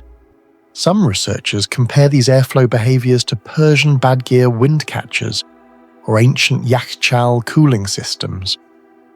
While Bhagawat lacks the towering ventilation shafts seen in Persian architecture, the underlying thermal logic appears surprisingly advanced. This may explain why delicate wall paintings survived for centuries despite brutal desert conditions. Without temperature stabilization, pigments and organic binders would likely have deteriorated far faster. Among Bhagawat's most famous structures is the Chapel of Exodus, containing some of the oldest surviving Christian paintings in Egypt. The artwork depicts biblical scenes including Moses, Noah, and various saints painted directly onto mud-plastered walls. The survival of these pigments creates another scientific mystery. Ancient paint normally suffers oxidation, ultraviolet degradation, and mineral separation over time. Desert environments are especially destructive because extreme heat accelerates chemical breakdown. Yet traces of red, yellow, black, and ochre pigments remain visible after roughly 1,400 years. Analysis suggests some pigments were derived from iron oxides and mineral compounds naturally resistant to fading, but durability alone does not explain everything. researchers suspect unknown organic binding agents may have chemically stabilized the paint layers. Several restoration teams observed that some surviving sections bonded unusually deeply into the plaster surface rather than merely coating it externally. Even modern conservation science struggles to fully replicate the same aging behavior under laboratory conditions. Bagawat necropolis also raises major logistical mysteries. Building more than 260 tombs deep inside Egypt's western desert required water, food, clay extraction, transportation systems, and a stable workforce far from the Nile Valley. Archaeologists believe Karga Oasis was once connected to Roman trade routes crossing North Africa, supported by long desert roads and fortified supply stations. Still, many questions remain unanswered. How were heavy materials transported across shifting desert terrain? How did workers maintain massive brick production under extreme heat? And why build such a large necropolis so far from Egypt's major cities? The answers may still be buried beneath the desert sands. What do you think made Bagawat's ancient mud brick technology so durable for more than 1,500 years? Was it lost engineering knowledge, environmental adaptation, or something we still don't fully understand? Share your thoughts in the comments below. Far beyond the modern Nile shoreline in northern Sudan, Pharos Cathedral stood in the desert for nearly 1,000 years before vanishing beneath the waters of Lake Nasser. But before the Nile swallowed the city forever, archaeologists uncovered something almost impossible. Medieval wall paintings whose colours had survived extreme desert heat, salt corrosion, and centuries of burial with a level of preservation that still confuses conservation scientists today. Pharos Cathedral was rediscovered during the UNESCO Nubian Salvage Campaign in the early 1960s, launched before Egypt's Aswan High Dam flooded vast sections of ancient Nubia. In 1961, Polish archaeologist Kazimierz Michalowski and his team began excavating enormous sand-covered ruins near the Nile. Beneath layers of collapsed mud brick and desert sediment, they uncovered a Christian cathedral dating between the 8th and 14th centuries AD. What shocked researchers was not only the scale of the structure, but the condition of its interior. More than 150 painted murals still covered the walls, many retaining vivid reds, blues, yellows, and blacks, despite surviving temperatures that regularly exceeded 40 degrees Celsius in one of the harshest climates on Earth. The murals were considered so important that entire wall sections had to be cut out and transported before the region disappeared underwater forever. Today, many of them are preserved in museums in Warsaw and Khartoum, while the original cathedral now lies submerged beneath Lake Nasser. The greatest mystery surrounding Pharos Cathedral is not the architecture itself, but the extraordinary durability of its wall paintings. Ancient murals usually deteriorate rapidly in environments filled with heat, humidity fluctuations, and salt contamination. In Egypt, for example, many tomb paintings inside the Valley of the Kings suffered severe pigment loss after exposure to air and moisture, while even Roman frescoes at Pompeii required major conservation after excavation. Pharos should have suffered even worse damage. The cathedral stood for centuries in an arid desert zone where day and night temperature differences could exceed 20 degrees Celsius, conditions that normally fracture plaster layers through constant thermal expansion. In addition, the nearby Nile introduced salt migration into the walls, one of the most destructive preservation problems known in archaeology. As moisture evaporates, salt crystals expand inside plaster and slowly force pigments apart from within, a problem modern conservation laboratories still struggle to solve today. Yet many Pharos murals survived with astonishing clarity. Some faces still preserve visible brushstrokes, dark outlines remain razor-sharp, and blue pigments retain unusually strong saturation. Researchers analysing fragments discovered that Nubian artists did not rely on a single plaster coating. Instead, they used sophisticated multi-layer systems with varying densities beneath the paint surface, possibly designed to absorb structural stress gradually rather than crack suddenly under heat pressure. This is where the mystery deepens further. Scientists identified traces of organic binding materials mixed into the pigments, but not all components have been fully explained. Some samples appear to contain protein-based compounds combined with plant-derived substances that may have stabilized the pigments against both heat and salt damage. Others revealed unusually fine gypsum particles capable of reflecting light and reducing surface heat absorption. In effect, Pharos Cathedral may preserve evidence of a medieval African painting technology specifically adapted for extreme desert environments. No surviving Nubian manuscript explains how these mixtures were created. No workshop connected to the cathedral has ever been found. And despite modern chemical analysis, researchers still cannot perfectly recreate the original long-term durability of the murals. The comparison becomes even stranger when viewed beside later European fresco traditions. Byzantine and Renaissance painters often relied on lime-based fresco methods that chemically bonded pigments into wet plaster, but Pharos appears to combine multiple systems at once: fresco, tempera-like organic binders and mineral layering figo, creating a hybrid technology uniquely suited to Nubia. Some conservation experts have quietly admitted that parts of the Pharos preservation process remain beyond complete scientific understanding. Another unexplained feature involves the optical behavior of the murals under low-light conditions. During restoration studies, researchers noticed that several portraits reacted differently depending on the angle of illumination. Under soft side lighting, similar to oil lamps used in medieval churches, certain faces appeared brighter than the surrounding walls, almost glowing against the darker background. This effect may not have been accidental. The artist could have intentionally manipulated reflective mineral particles within the paint surface to create a supernatural visual experience during worship ceremonies.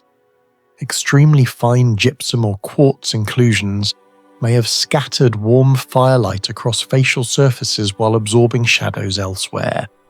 If this interpretation is correct, Pharos Cathedral was using a primitive form of controlled architectural optics centuries before similar light manipulation became famous in parts of Renaissance Europe. The psychological effect inside the cathedral would have been extraordinary.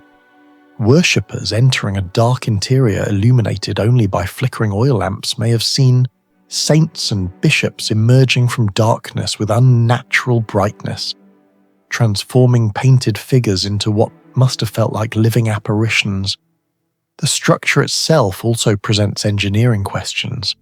Pharos Cathedral was built primarily from mud brick, one of the oldest and weakest building materials in hot climates.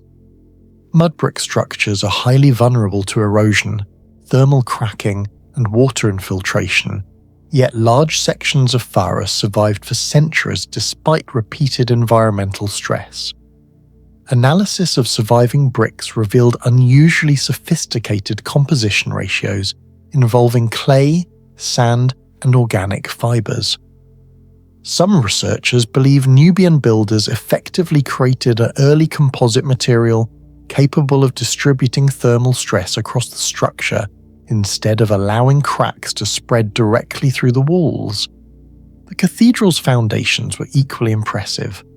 Built near the Nile floodplain, the site had to survive fluctuating soil moisture and long-term ground instability, conditions that cause severe cracking in many modern concrete structures within decades. Pharos survived for centuries. This suggests Nubian builders possessed highly advanced practical knowledge of local geology and thermal behavior even without the formal engineering mathematics associated with Rome or Byzantium. Pharos Cathedral also challenges one of the oldest assumptions in ancient history, that medieval sub-Saharan Africa existed technologically behind the Mediterranean world. The cathedral proves otherwise. Its paintings demonstrate mastery of chemistry, mineral processing, thermal adaptation, and optical design. Its architecture reveals environmental engineering specifically adapted for desert survival, and its artistic style combined Byzantine religious symbolism with distinctly African visual traditions unlike anything else in the Christian world. Some portraits depict Nubian bishops and kings with the darker skin tones, local royal clothing, and geometric compositions aligned almost perfectly with architectural symmetry lines. Researchers studying the murals found evidence that artists may have used proportional grid systems similar to those employed in Roman and Byzantine planning techniques, yet the Nubian version appears independent rather than copied directly. This raises an uncomfortable possibility for historians.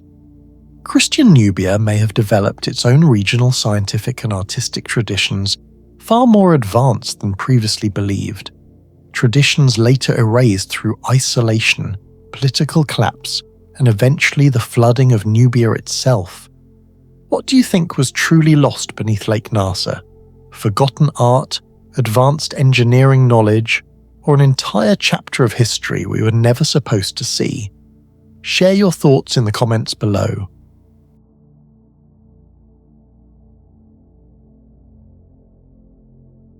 Southern Anatolia, near the Goksu River in modern-day Kilise Tepe, holds a settlement that should not have survived as long as it did.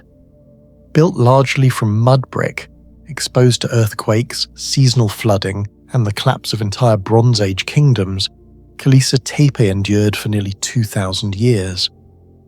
But the deeper archaeologists excavated, the stranger the site became. Beneath its ruined walls were signs of advanced storage engineering, climate control systems, shock-resistant construction, and food preservation methods that still remain only partially understood. The site was first surveyed in the 1950s during explorations connected to the Goksu Valley, but major excavations began decades later under teams associated with Cambridge University and the British Institute at Ankara. Archaeologists expected a modest provincial settlement. Instead, they uncovered evidence suggesting Kilise Tepe functioned as a strategically important node between the Hittite world of central Anatolia and Mediterranean trade routes. What shocked researchers most was not wealth or monumental architecture, but the technological sophistication hidden inside apparently simple mud brick structures. One of the earliest mysteries involved the settlement's architecture itself. Mud brick was one of the most fragile construction materials of the ancient world. In regions with heavy rainfall, buildings made from sun-dried clay could erode within decades, if not constantly maintained. Yet parts of Kilise Tepe survived in recognizable form after more than 3 millennia. Excavations revealed that the builders did not rely on ordinary clay alone. The bricks contained carefully balanced mixtures of straw, gravel, ash, and compacted sediment layers beneath the foundations. Some walls even showed microscopic gaps that may have allowed controlled flexing during seismic activity. This has led some researchers to compare Kilise Tepe's engineering principles to later earthquake-resistant methods found in Hittite and even Roman frontier settlements. Anatolia sits near several tectonic fault systems, and ancient communities regularly faced earthquakes. At sites like Troy and Hattusa, evidence shows repeated rebuilding after seismic destruction. But Kilise Tepe appears to have incorporated preventative structural techniques rather than simply rebuilding after collapse. The city's environmental control systems are equally mysterious. Southern Anatolia experiences intense summer heat, with temperatures often exceeding 35 degrees Celsius, while winters can bring cold rain and damp air flowing inland from the Mediterranean. Yet many storage rooms at Kilise Tepe maintained remarkably stable internal conditions. Archaeologists discovered raised floors, ventilation gaps beneath storage areas, unusually thick insulated walls, and courtyard layouts designed to channel airflow through narrow passages. These features created what modern engineers would call passive climate control. Similar principles appear in Persian wind catchers and later Islamic desert architecture, but Kilise Tepe predates many of these systems by centuries. Thermal modelling suggests some interior spaces may have remained significantly cooler than outside temperatures during summer months. This would have been critical for grain preservation in an era without refrigeration. But the greatest mystery of Kilise Tepe centres on its enormous storage complexes and the unexplained efficiency of its food management systems.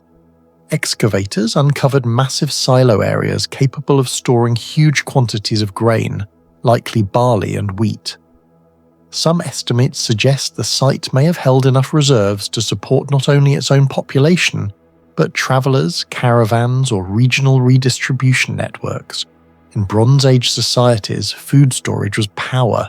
Grain controlled labour, trade, survival during droughts, and military logistics. Entire kingdoms rose or collapsed depending on harvestability. What makes Kilise Tepe extraordinary is the sophistication of its preservation systems. Ancient grain storage usually faced four major threats: moisture, insects, fungal contamination, and temperature fluctuations.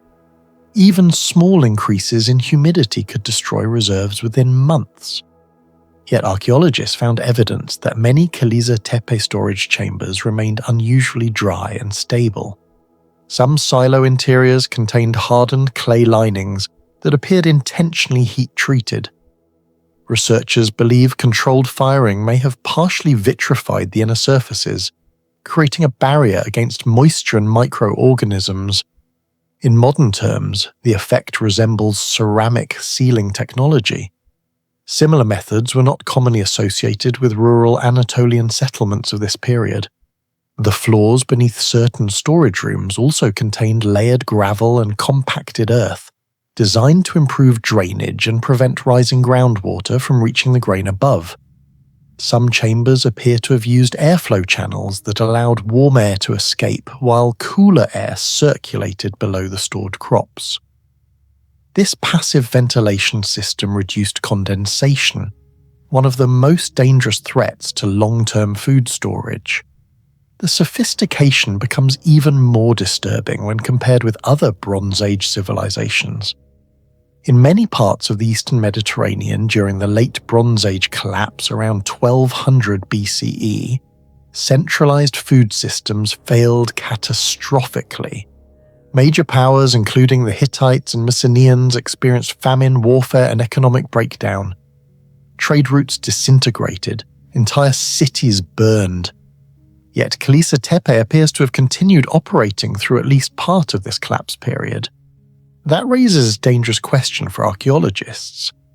Did smaller regional centers like Kilise Tepe possess survival strategies more resilient than those of the great empires themselves?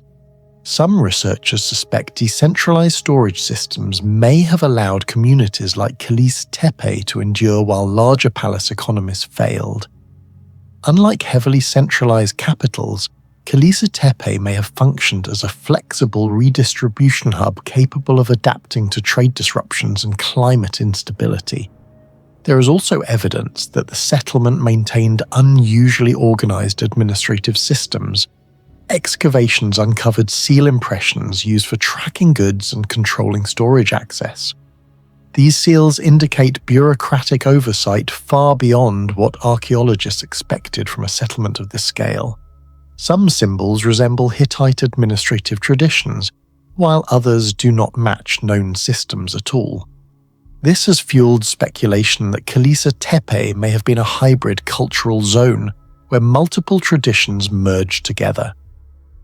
Located along a strategic corridor connecting inland Anatolia to the Mediterranean coast, the settlement likely interacted with Hittites, Assyrians, local Anatolian groups, and maritime traders. Its technological methods may therefore represent accumulated knowledge transferred across several civilizations. Another unresolved mystery involves fire damage throughout the site. Many buildings show signs of intense burning events, yet in some cases the destruction appears to have strengthened the structures instead of weakening them. High temperatures transformed portions of the mud brick into hardened ceramic-like material. Some walls became more resistant after burning, preserving them for thousands of years. The strange part is the consistency. Certain burned layers appear too evenly heated to result from random accidental fires alone. This has led to controversial theories suggesting ancient builders may have understood, at least partially, how controlled heating could improve structural durability. While there is no evidence of industrial kiln-fired architecture on a large scale, the possibility that ancient builders experimented with thermal strengthening techniques remains difficult to dismiss completely. Even the location of Kilise Tepe adds to its mystery. The settlement stood near a narrow passage through the Taurus Mountains, one of the key corridors linking central Anatolia with the Mediterranean world. Whoever controlled this route could monitor trade, migration, military movement, and resource transport. During periods of instability, such corridors became lifelines, and that may explain why Kilise Tepe survived when larger, wealthier cities vanished. Unlike massive ceremonial capitals dependent on imperial systems, Kilise Tepe appears practical, adaptive, and technologically optimized for survival. Its builders focused less on monuments and more on resilience. Stable temperatures, protected grain reserves, durable foundations, water management, and administrative control. Do you think ancient civilizations understood engineering far beyond what modern history admits? Share your thoughts in the comments below. Only a few meters above the Mediterranean plain near modern-day Mersin, Turkey, Yumuktepe appears to be nothing more than an ordinary archaeological mound, but beneath its soil are more than 30 layers of civilization, stretching back over 9,000 years. Long before the pyramids of Egypt, before Stonehenge, and before the first empires of Mesopotamia, people at Yumuktepe were already building fortified walls, engineering drainage systems, organizing urban districts, and possibly mastering forms of metal technology thousands of years ahead of accepted history. What makes Yumuktepe so disturbing to archaeologists is not its size, but its timing. Too many advanced ideas appear here too early, as if fragments of lost technical knowledge emerged centuries before the rest of the ancient world caught up. The first major excavations at Yumuktepe began in 1937 under British archaeologist John Garstang. What initially appeared to be a simple settlement mound soon revealed one of the deepest cultural sequences ever discovered in the Eastern Mediterranean. Layer after layer exposed uninterrupted habitation from the Neolithic period all the way to the Byzantine era. Archaeologists uncovered houses, storage facilities, defensive walls, workshops, ovens, copper tools, and evidence of organized social systems spanning nearly 9 millennia. The most shocking discovery came from levels dated to around 4,500–4,300 BCEE, where hidden beneath later settlements was a massive fortified complex with thick defensive walls and controlled entrances, centuries older than many fortifications traditionally associated with early urban civilization. At the time, historians believed societies this ancient were still relatively simple farming communities. Yumuktepe challenged that assumption immediately. The greatest mystery surrounding Yumuktepe is its evidence of extremely early metallurgy. Archaeologists discovered copper tools, slag remains, furnace structures, and traces of controlled heating techniques dating back to the 5th millennium BCE. That date is critical because mainstream history long taught that sophisticated metalworking emerged gradually in regions such as Mesopotamia and Anatolia during later Chalcolithic development. Yet Ümüktepe suggests certain communities may already have understood advanced thermal control long before metallurgy supposedly became widespread. Some copper artifacts found at the site show unusually refined composition for their age. Metallurgical analysis revealed reduced impurity levels that imply more than accidental melting. The copper appears to have undergone deliberate heating management, suggesting ancient craftsmen may have understood airflow regulation and temperature stabilization inside primitive furnaces. This becomes even stranger when compared to other early metalworking sites. At many prehistoric settlements, copper production appears crude and inconsistent. Ore was often heated in open fires with limited temperature control, producing weak or heavily contaminated metal.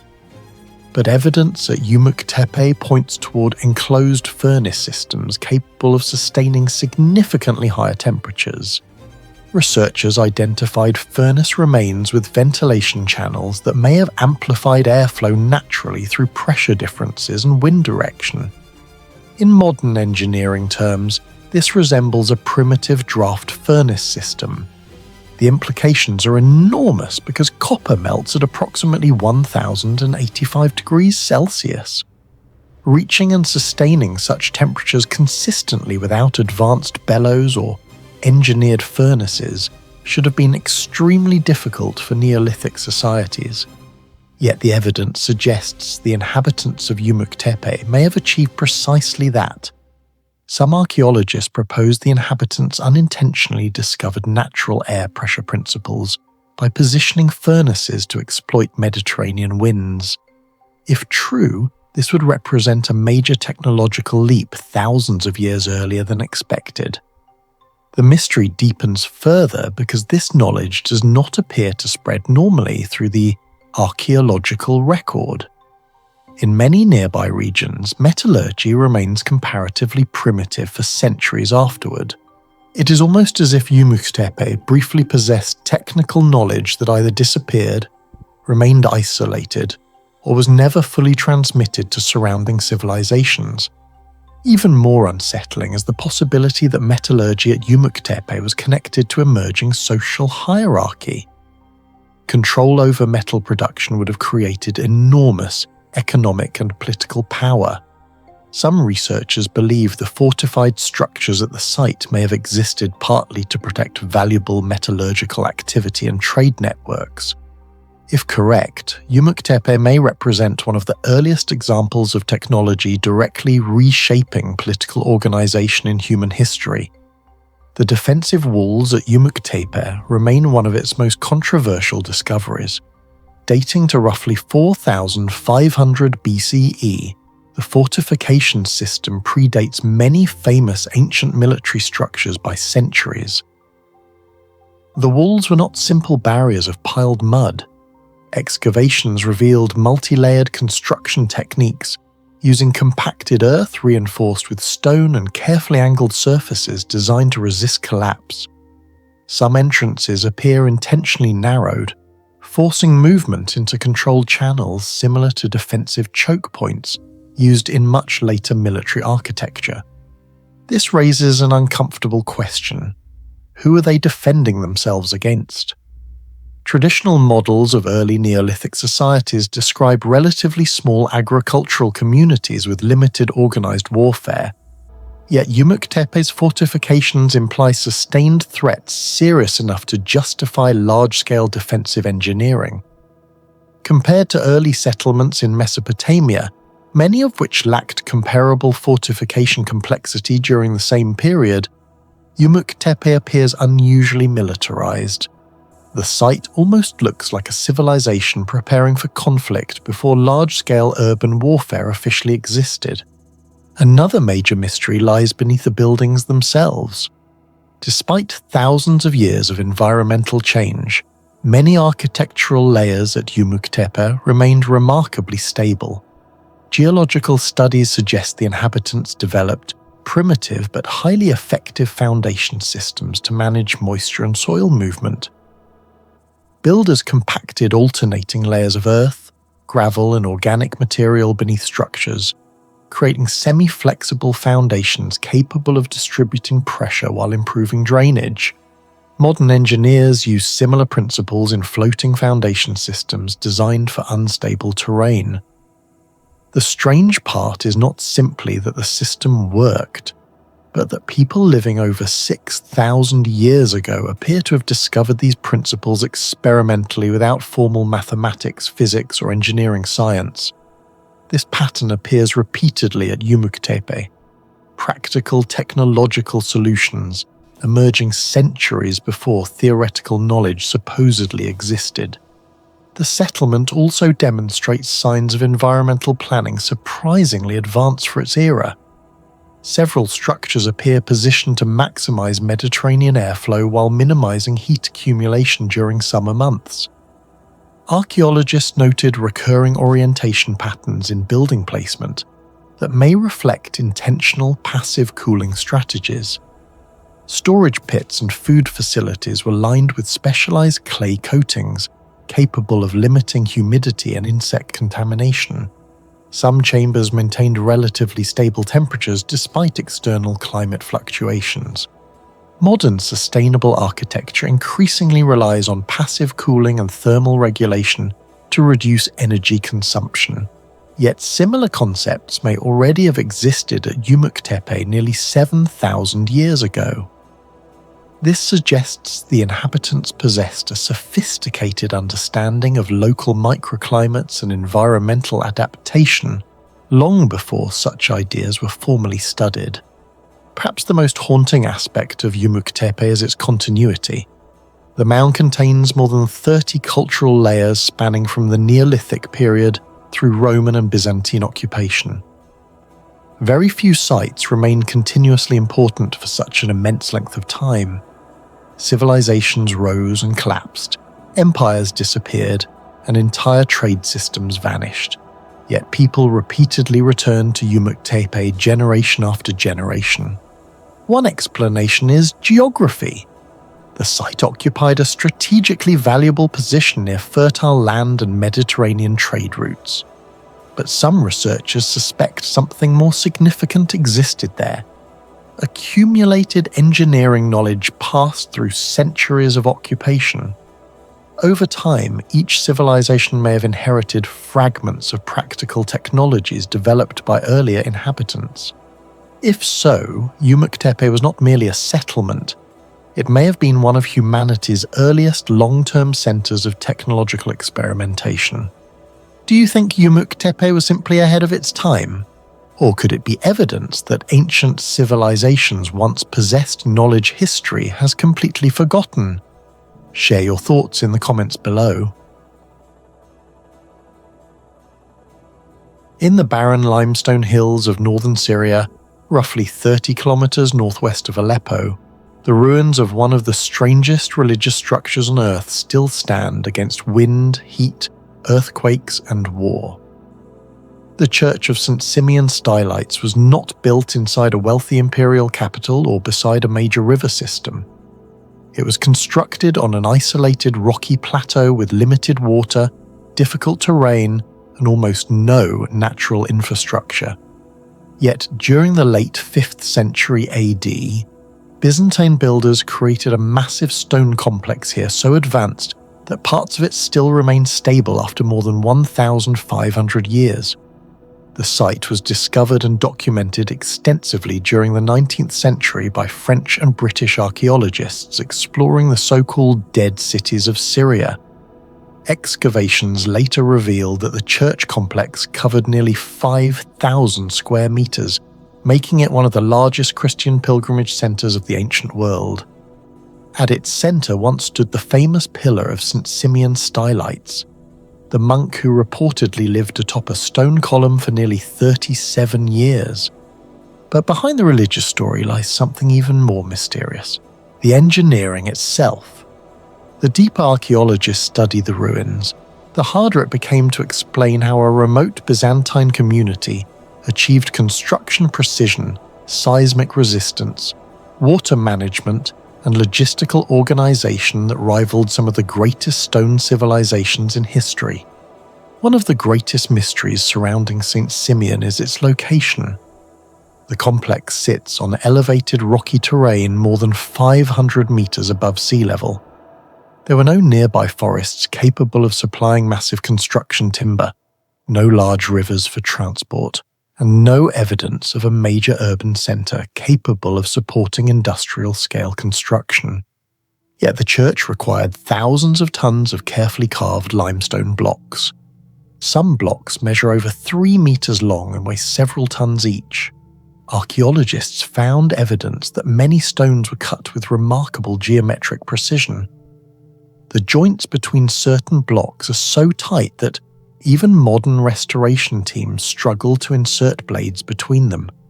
The question is simple: how were these stones transported uphill during the 5th century?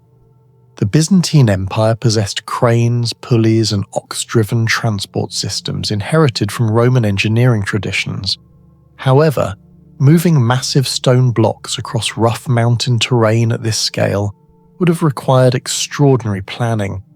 Some historians estimate that constructing the complex may have involved moving over 20,000 tons of stone. Even more surprising is the speed of construction. Historical evidence suggests the church was completed within only a few decades after Simeon's death in AD 459. Compared to medieval cathedrals in Europe, many of which required centuries to finish, the rapid completion of St. Simeon appears unusually efficient. Some researchers believe Byzantine engineers may have used lubricated sled systems similar to those theorized for ancient Egyptian stone transport. Others suggest temporary roads reinforced with compacted limestone may once have existed and later eroded away completely.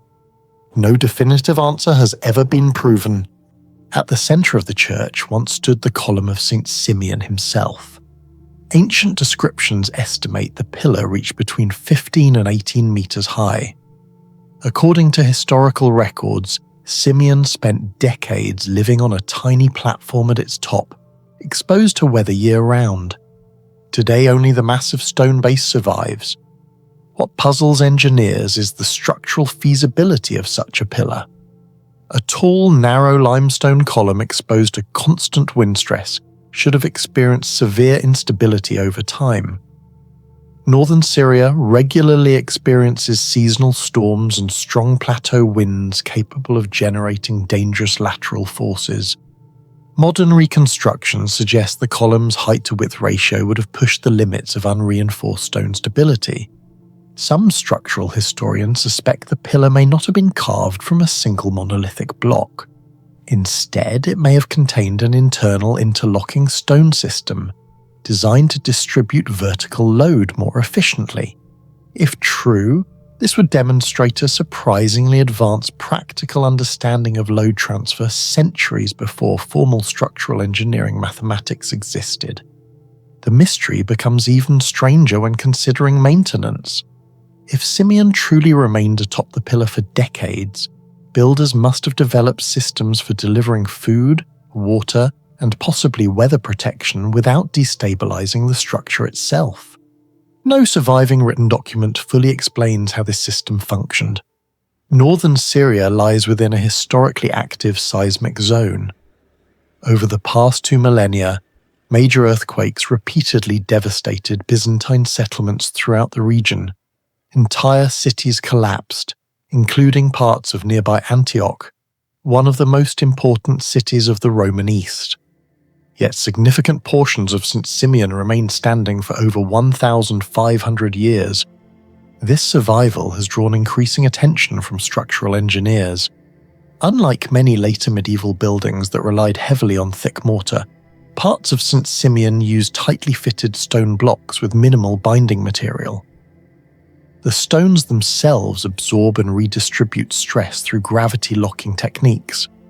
In some sections, researchers identified interlocking grooves and recessed joints remarkably similar to anti-seismic methods observed at Machu Picchu and certain Roman imperial structures. This design may have allowed the building to move slightly during seismic events instead of fracturing catastrophically. Modern earthquake-resistant architecture often incorporates controlled flexibility for exactly this reason. What makes St. Simeon remarkable is that Byzantine builders achieved this effect empirically, without modern physics or seismology. Studies of the foundation system also revealed another sophisticated feature. Many major structural loads were anchored directly into exposed bedrock rather than softer soil layers. This dramatically reduces resonance amplification during earthquakes, a principle still used in modern skyscraper engineering today. Some archaeologists argue this was intentional seismic planning rather than coincidence. The plateau surrounding St. Simeon receives relatively limited rainfall. Yet during peak pilgrimage periods, thousands of travelers reportedly visited the site simultaneously. How did the complex support such population? Excavations uncovered an intricate hydraulic network carved directly into the stone foundations. Rainwater channels, underground cisterns, drainage corridors, and sloped collection basins were integrated into the architecture itself. The precision of the gradients is especially impressive. Even slight miscalculations in slope would have caused water stagnation, erosion, or structural weakening over centuries. Instead, parts of the drainage network continued functioning long after the Byzantine Empire disappeared. Researchers compared some features of the hydraulic design to Nabatean water engineering at Petra, where ancient builders also mastered rainfall harvesting in arid environments. The difference is that St. Simeon was not a desert trade capital. It was a remote religious mountain complex. Despite this, its water infrastructure appears disproportionately advanced for its location and era. St. Simeon was not isolated. It formed part of a much larger network known today as the Dead Cities of Syria, hundreds of abandoned Byzantine settlements scattered across the limestone massif. What shocked archaeologists was the scale of economic activity these settlements once supported. Excavations uncovered olive presses, storage facilities, churches, roads, villas, and agricultural systems across terrain previously assumed too harsh for large populations. Some historians estimate the region may once have supported hundreds of thousands of inhabitants. This challenges the traditional image of the post-Roman Eastern Mediterranean as a civilization in decline. Instead, northern Syria during the Byzantine period may have been far more technologically organized and economically productive than historians once believed. The olive oil industry alone appears to have operated on near-industrial levels. Massive stone presses discovered throughout the region suggest extensive export networks connected even remote settlements to Mediterranean trade routes. St. Simeon itself may have functioned not only as a pilgrimage destination, but also as the ceremonial center of a surprisingly wealthy and technically sophisticated regional economy. Do you think the builders of St. Simeon possessed engineering knowledge that modern historians still underestimate? Share your thoughts and theories in the comments below. Carved into a near-vertical cliff in the mountains of central Anatolia, Kapılıkaya rock tomb remains one of the strangest funerary structures ever created in the ancient world. The tomb sits roughly 27 kilometers northwest of the modern city of Çorum in Turkey, suspended high above a narrow rocky valley. Archaeologists believe it was constructed during the Hellenistic period, most likely in the 2nd century BCE, when Anatolia was controlled by successor kingdoms that emerged after Alexander the Great, the Ai. Unlike most rock-cut tombs that were built into hillsides with broad access routes, Kapılıkaya was carved directly into an isolated cliff face more than 20 meters above the valley floor. The structure first drew systematic archaeological attention during surveys of central Anatolian rock monuments in the late 19th and early 20th centuries. But even after decades of study, researchers still cannot fully explain how ancient builders completed such precise work in such an impossible location. The tomb's name roughly translates to rock gate, an appropriate title for a structure that looks less like a grave and more like a doorway suspended between worlds. The greatest mystery surrounding Kapilakaya is not the tomb itself, but the engineering challenge of creating it. The facade was cut into a vertical limestone wall with almost no natural standing platform beneath it. Even modern climbers require artificial pathways and support systems to approach the structure safely. Yet ancient workers somehow transported tools, removed massive amounts of stone and maintained architectural symmetry while hanging above a steep ravine. This immediately raises a disturbing question. How did ancient engineers stabilize an entire workforce on a cliff face over 2,000 years ago? Researchers estimate that several dozen tons of limestone had to be removed to create both the exterior facade and the burial chamber inside. In modern quarry operations, that scale of excavation would normally require cranes, scaffolding anchors, and controlled debris removal systems. But at Kapilakaya, archaeologists found surprisingly little evidence of large permanent anchor points that would normally support giant scaffold systems. Some scholars believe the builders may have used suspended wooden platforms attached to removable beams inserted into temporary holes in the rock. Similar methods were later documented in medieval cliff monasteries in places such as Meteora in Greece. However, Kapilakaya predates many of those examples by centuries, suggesting that ancient Anatolian builders may have possessed sophisticated vertical construction techniques that history barely recorded. The facade of Kapilakaya follows a remarkably balanced Hellenistic design. Its entrance is framed by carved architectural details resembling a miniature temple facade, including symmetrical recesses and geometric proportions carefully aligned into the uneven natural cliff. This level of precision becomes far more mysterious when considering the working conditions. In ordinary stone architecture, builders can step back and visually measure symmetry from a distance. At Kapilakaya, workers hanging from a cliff would have had almost no opportunity to view the entire facade directly while carving it, yet the structure maintains proportional balance with deviations small enough to suggest deliberate geometric planning. Some engineers have proposed that ancient builders may have used suspended plumbline systems combined with wooden measurement grids. Similar alignment principles were used in Egyptian pyramid construction, where deviations from true alignment were sometimes less than 0.05 degrees. While Kapilakaya is much smaller than Giza, the same mathematical challenge appears here, maintaining precision without modern surveying equipment. What makes the mystery deeper is the absence of written records describing the techniques used. One of the most overlooked mysteries is the missing debris. Creating the burial chamber required excavating enormous amounts of limestone from inside the cliff. Geological estimates suggest that at least 15 to 20 cubic meters of rock were removed. Limestone weighs approximately 2.3 to 2.7 tons per cubic meter, meaning ancient workers may have extracted more than 40 tons of material. But where did it go? The narrow terrain beneath the tomb does not contain the expected accumulation of excavation debris. If the stone had simply been thrown downward during construction, large deposits should still exist nearby. Instead, archaeologists believe the material was deliberately transported away. That creates another engineering problem. Removing dozens of tons of broken stone from a cliffside with limited access would have required organized lifting systems, rope networks, or temporary ramps.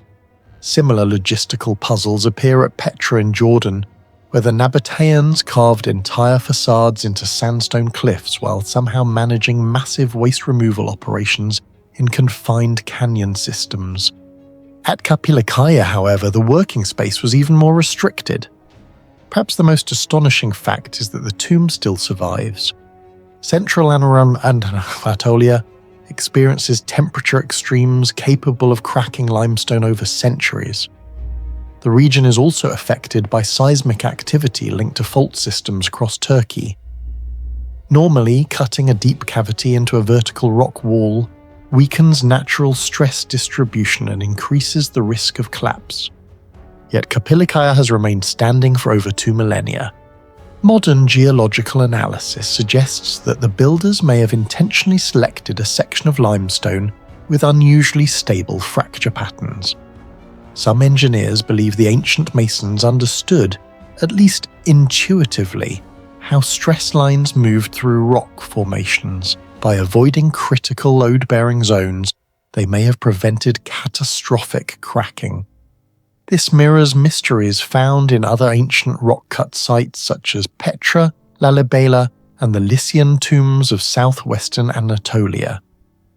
In many of these locations, ancient builders demonstrated an ability to manipulate stone structures in ways that appear surprisingly advanced even by modern engineering standards. At Petra, for example, erosion studies show that Nabatean engineers deliberately carved water channels and drainage systems to protect monuments from flash flooding. At Lalibela in Ethiopia, entire churches were isolated from surrounding rock while preserving structural stability with astonishing accuracy. Kapilikaja appears to belong to this same tradition of forgotten stone engineering. A narrow stairway carved directly into the cliff leads toward the tomb entrance. The steps are extremely small and steep, forcing visitors to move carefully even today. This creates another unresolved mystery. If the tomb was intended for repeated ceremonies or family visitation, the access route seems impractical. Transporting a body, funerary goods, or ritual offerings up such a dangerous path would have been extraordinarily difficult. Some archaeologists therefore suspect that the location itself held symbolic importance. In Hellenistic belief systems, elevated tombs often represented separation between the world of the living and the realm of the dead. By placing the burial chamber high above the valley, isolated from ordinary human movement, the builders may have been creating a literal transition into another spiritual domain.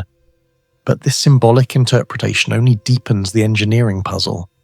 Why invest such enormous labor into constructing a tomb that was intentionally difficult to access?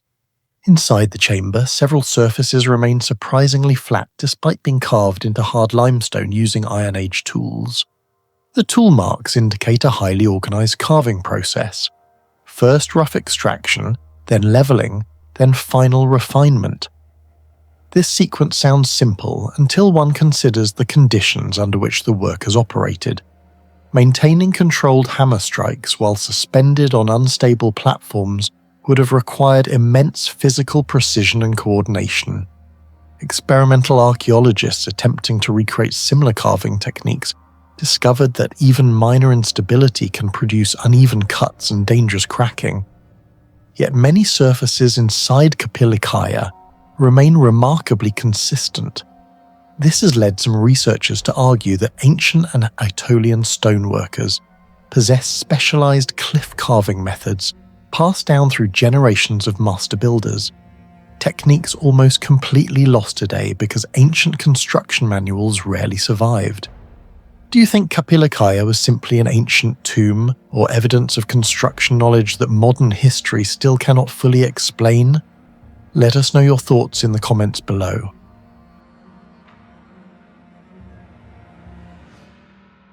Not far from the Mediterranean coast west of Alexandria, beneath layers of drifting desert sand and collapsing farmland, archaeologists uncovered the remains of what was once one of the largest Christian pilgrimage cities on Earth. Abu Mena, built around the tomb of Saint Manaz in the 4th century AD, was not supposed to survive. The city stood on unstable clay-rich soil saturated by underground moisture, in a semi-arid environment with limited natural water sources. Yet, for nearly 1,000 years, enormous basilicas, bath complexes, storage halls, underground chambers, workshops, and pilgrimage roads remained standing across a sprawling urban centre that may have hosted tens of thousands of visitors annually. Even more disturbing to engineers today is the fact that many of the ancient structures survived far longer than the modern ground beneath them. The rediscovery of Abu Mena began in the early 20th century when German archaeologist Karl Maria Kaufmann conducted excavations between 1905 and 1907 after local reports of buried ruins southwest of Alexandria. What emerged shocked historians. Beneath the sand was an enormous Byzantine religious metropolis covering several square kilometers, centered around one of the earliest and most important Christian pilgrimage shrines outside Jerusalem. Excavations later revealed massive churches, hostels, industrial zones, baptisteries, cistern systems, and underground architectural layers stretching far beyond what researchers initially expected. But the deeper archaeologists dug, the stranger the site became. The first major mystery involved the ground itself. Modern geological surveys show that Abu Mina sits atop highly unstable clay and silt, deposits vulnerable to water saturation and subsidence. In many regions today, constructing heavy stone buildings on such soil without reinforced foundations would be considered extremely risky. Yet Abu Mina supported monumental basilicas with thick masonry walls and wide-span courtyards for centuries. Some foundation sections exceeded several meters in width, distributing the load across soft terrain in ways that resemble primitive geotechnical engineering. UNESCO eventually classified Abu Mina as a World Heritage Site in danger because rising groundwater in the modern era has caused severe structural collapse. Ironically, the ancient city remained stable for nearly 1,500 years before modern irrigation projects in the Nile Delta altered underground water levels.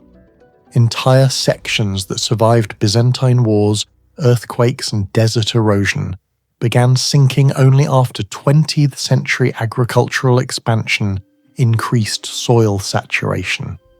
This created a disturbing paradox.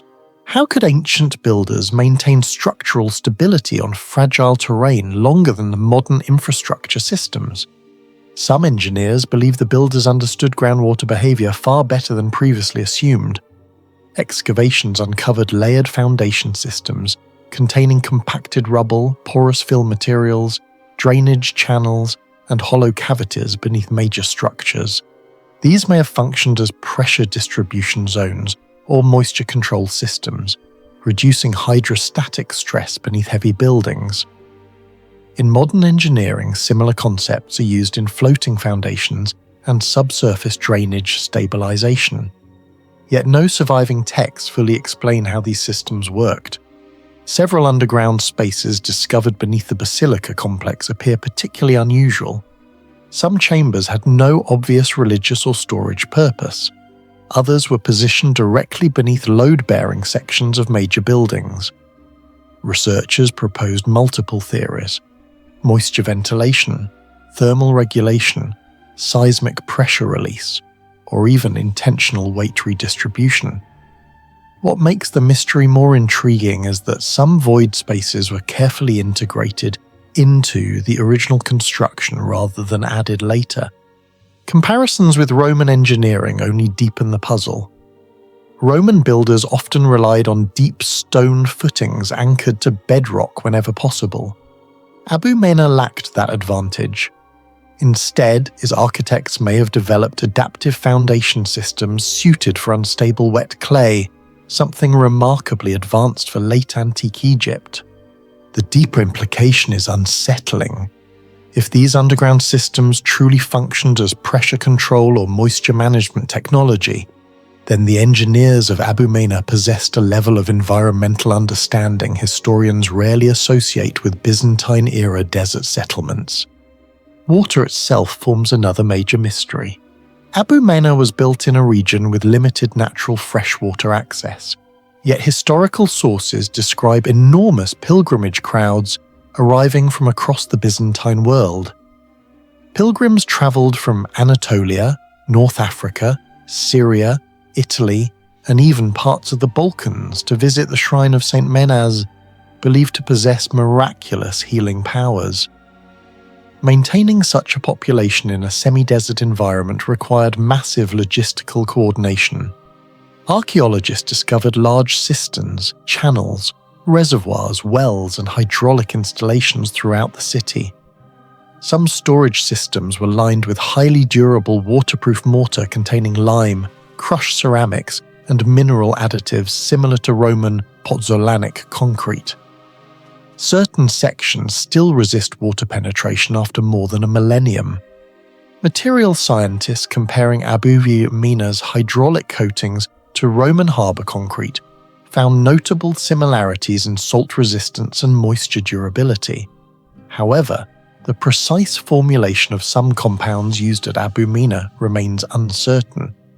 The coatings survived cycles of heat, salt crystallization, and groundwater exposure that destroyed many neighbouring structures. How the city consistently supplied water to massive pilgrimage populations remains partly unresolved. Some historians estimate that during peak religious festivals, thousands of visitors could occupy the site simultaneously. Feeding and hydrating such numbers would have required advanced storage management far beyond what most ancient desert settlements possessed. Then there were the workshops. One of the most famous discoveries at Abu Mina involved the production of small pilgrimage flasks known as ampullae. These clay vessels, stamped with the image of Saint Menas standing between camels, were filled with holy water or sacred oil and carried across the Christian world.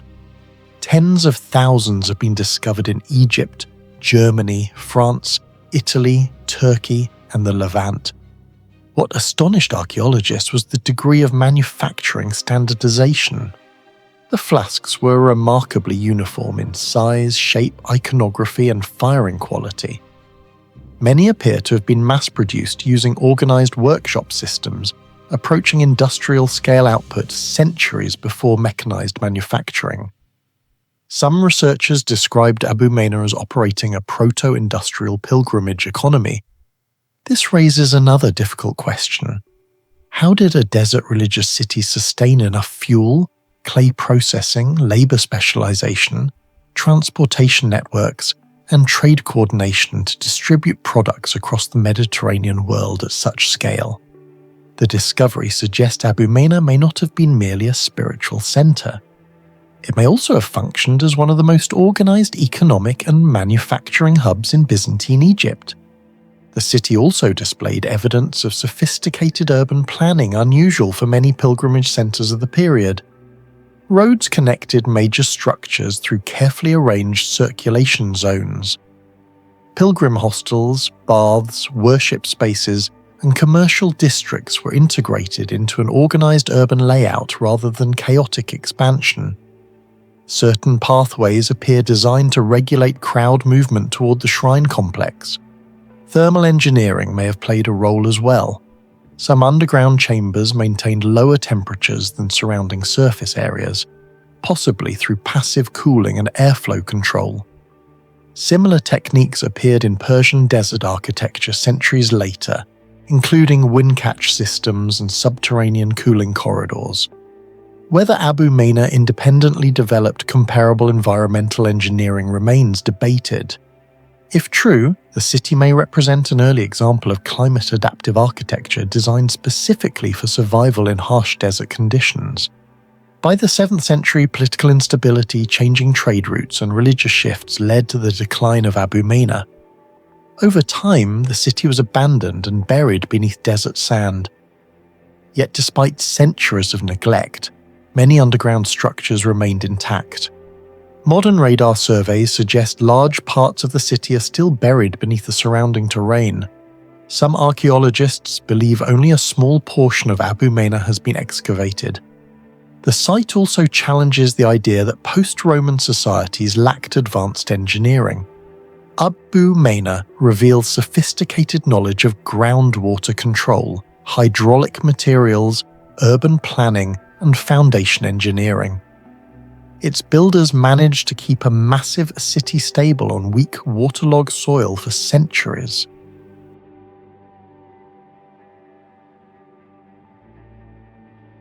Buried beneath the sands of Egypt's western desert, more than 700 kilometers south of Cairo in the Dakhla Oasis, Qila el-Dabba once functioned as one of the most sophisticated desert settlements in ancient Egypt.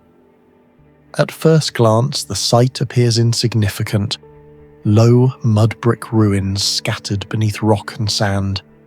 But beginning in the 1970s, German archaeological missions uncovered evidence of a massive settlement filled with administrative buildings, storage complexes, workshops, irrigation systems, and imported goods.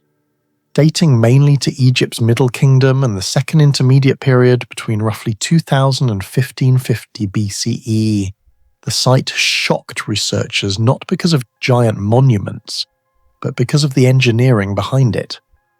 Located in one of the harshest climates on Earth, where summer temperatures regularly exceed 40 degrees Celsius and rainfall is nearly non-existent, Qila el-Dabba somehow survived for centuries without a major river like the Nile. This raised a disturbing question among archaeologists. How did an ancient civilization maintain such a large and stable urban centre in the middle of a hyper-arid desert nearly 4,000 years ago? The greatest mystery surrounding Qila el-Dabba is water. Modern hydrologists studying the oasis have noted that even small errors in water management in desert environments can trigger catastrophic collapse. Salinity increases rapidly, irrigation channels fail, soil hardens, and agricultural systems die within decades. Yet Qila el-Dabba maintained long-term agricultural production for generations. Excavations revealed carefully engineered wells, underground water access points, canals, and storage basins, positioned with remarkable precision. Some channels were angled so accurately that water could move slowly without eroding the surrounding earth. In modern irrigation engineering, similar systems require careful gradient calculations to avoid collapse. The strange part is that the people of Qila el-Dabba had no modern surveying equipment. No steel instruments, no laser leveling systems, no hydraulic pumps. Yet the settlement appears to have operated with an efficiency comparable to later Roman desert outposts thousands of years afterward. Researchers also noticed that many wells were placed directly above stable sections of the oasis aquifer. Some Egyptologists believe the inhabitants may have developed generations of empirical geological knowledge, allowing them to predict underground water behavior simply through observation of soil color, vegetation patterns, humidity, and seasonal pressure changes beneath the desert floor. If true, this would mean the people of Qila el-Dabba possessed a practical understanding of hydrogeology far more advanced than historians once believed possible for Bronze Age civilizations. Most ancient mud brick structures collapse rapidly without constant maintenance.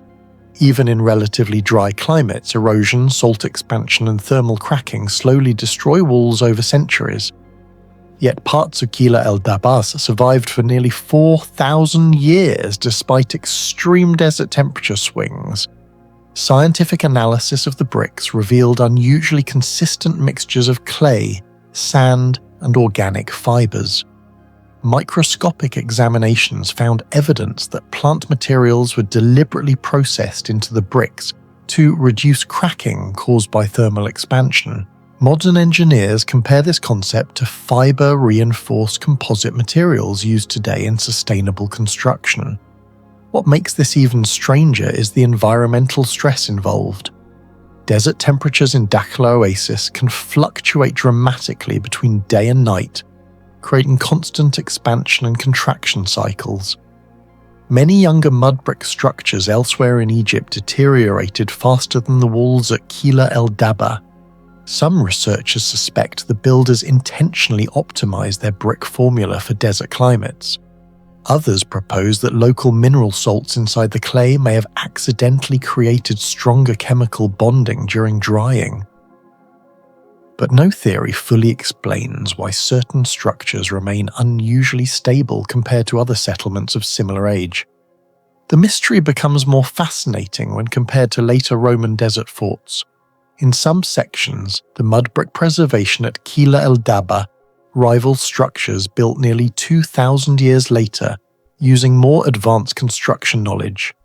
One of the most technologically intriguing aspects of Kila El Daba is its architecture. Archaeologists discovered storage rooms and administrative buildings designed in ways that appear optimized for airflow and passive cooling. Several corridors were aligned with the dominant desert wind directions. Narrow passageways accelerated airflow naturally through pressure differences, producing cooling effects similar to the Venturi principle used in modern environmental engineering. Thick mud brick walls also acted as thermal batteries, absorbing heat during the day and releasing it slowly at night. Some grain storage chambers maintained surprisingly stable internal conditions despite external desert heat. Organic traces found inside certain storage areas suggest food preservation lasted much longer than expected in such an environment. This is extremely important because food security determines whether a desert city survives or collapses. A failed harvest in a harsh oasis could destroy an entire settlement within a short period. Yet Kila El Daba functioned continuously for centuries. Compared to modern passive cooling systems, the settlement appears astonishingly efficient for its era.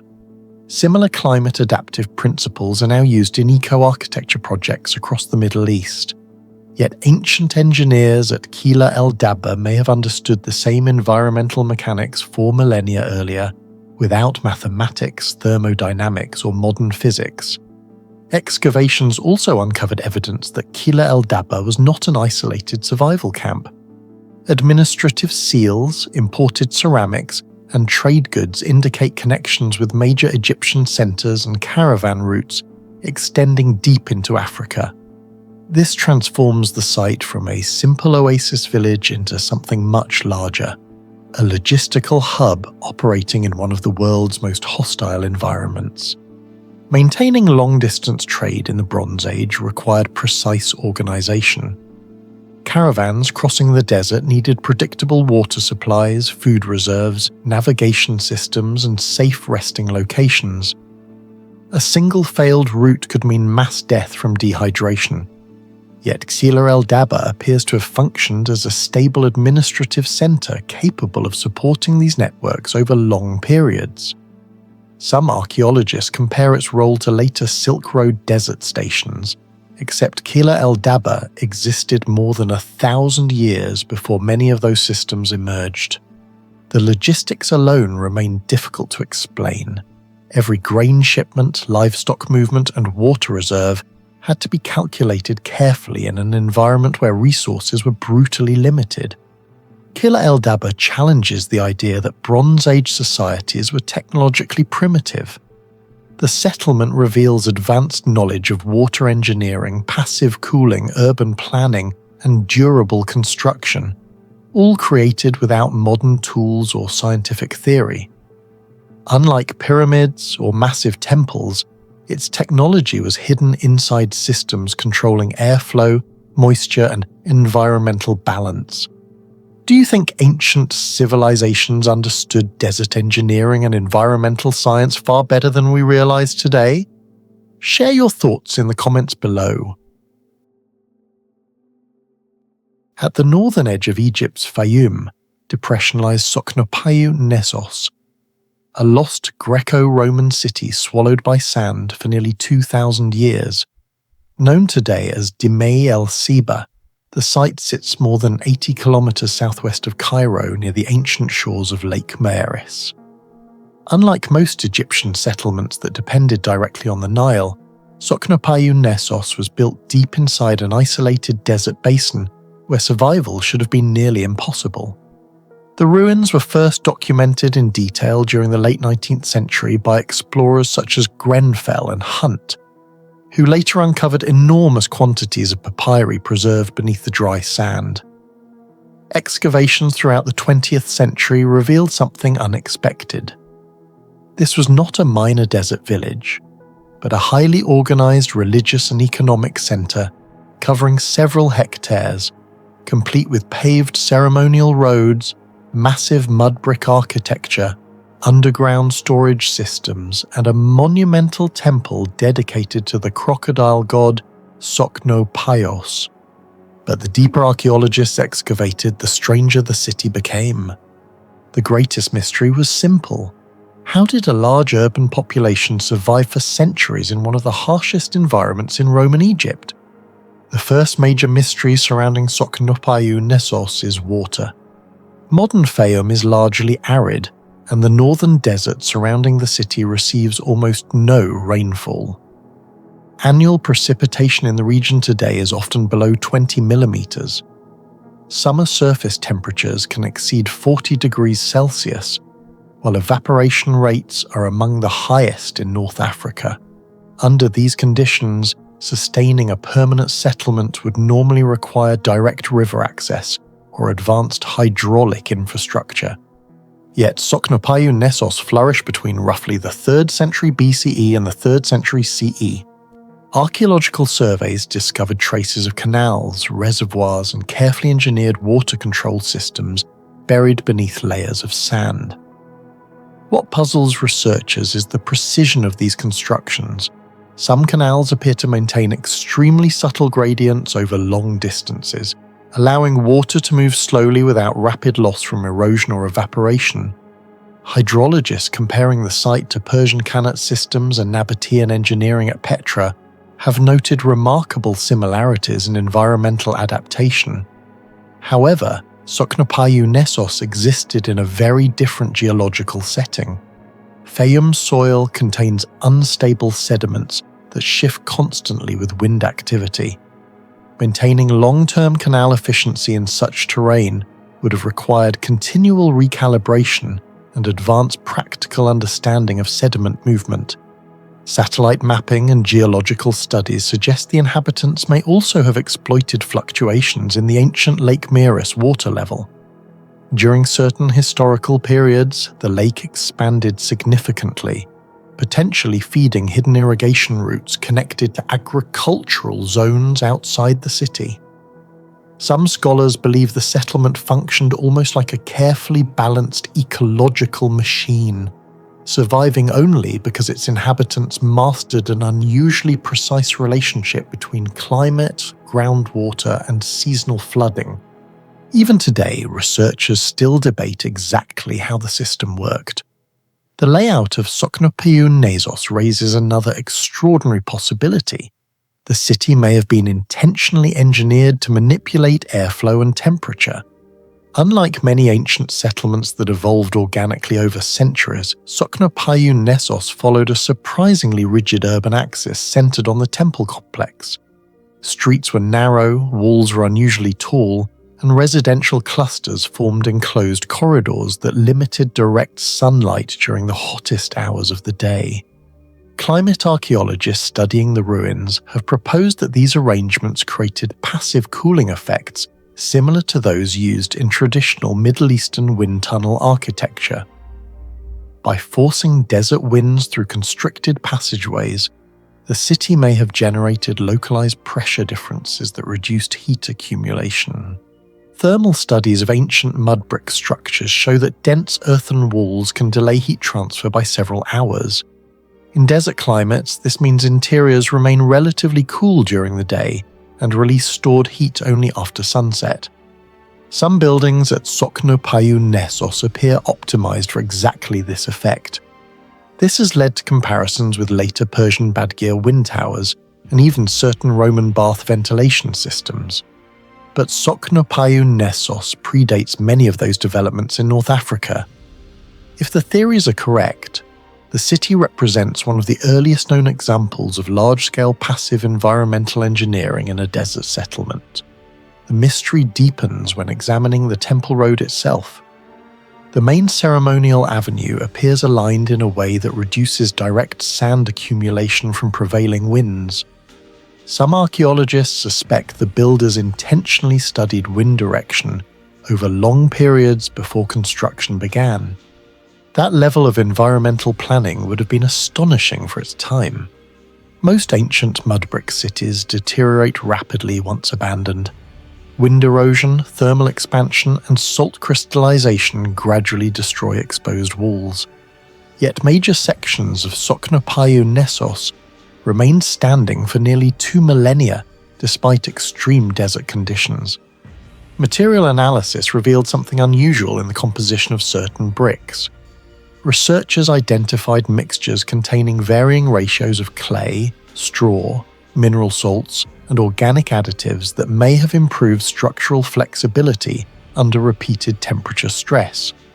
Some bricks show microscopic resistance to cracking that exceeds what archaeologists normally expect from standard Greco-Roman mud brick construction. The phenomenon has drawn comparisons to other mysterious ancient building technologies, including Roman pozzolanic concrete and Persian sarouge mortar. Like those materials, the exact production methods at Soknopayu Nessos remain uncertain because ancient manufacturing records are incomplete. One theory suggests local builders exploited Fayum's naturally saline sediments to create partial self-hardening effects inside the brick matrix. Another proposes that repeated cycles of controlled drying may have strengthened the material before construction. Whatever the explanation, the city demonstrates a level of practical materials engineering far beyond what many historians once assumed for remote desert settlements.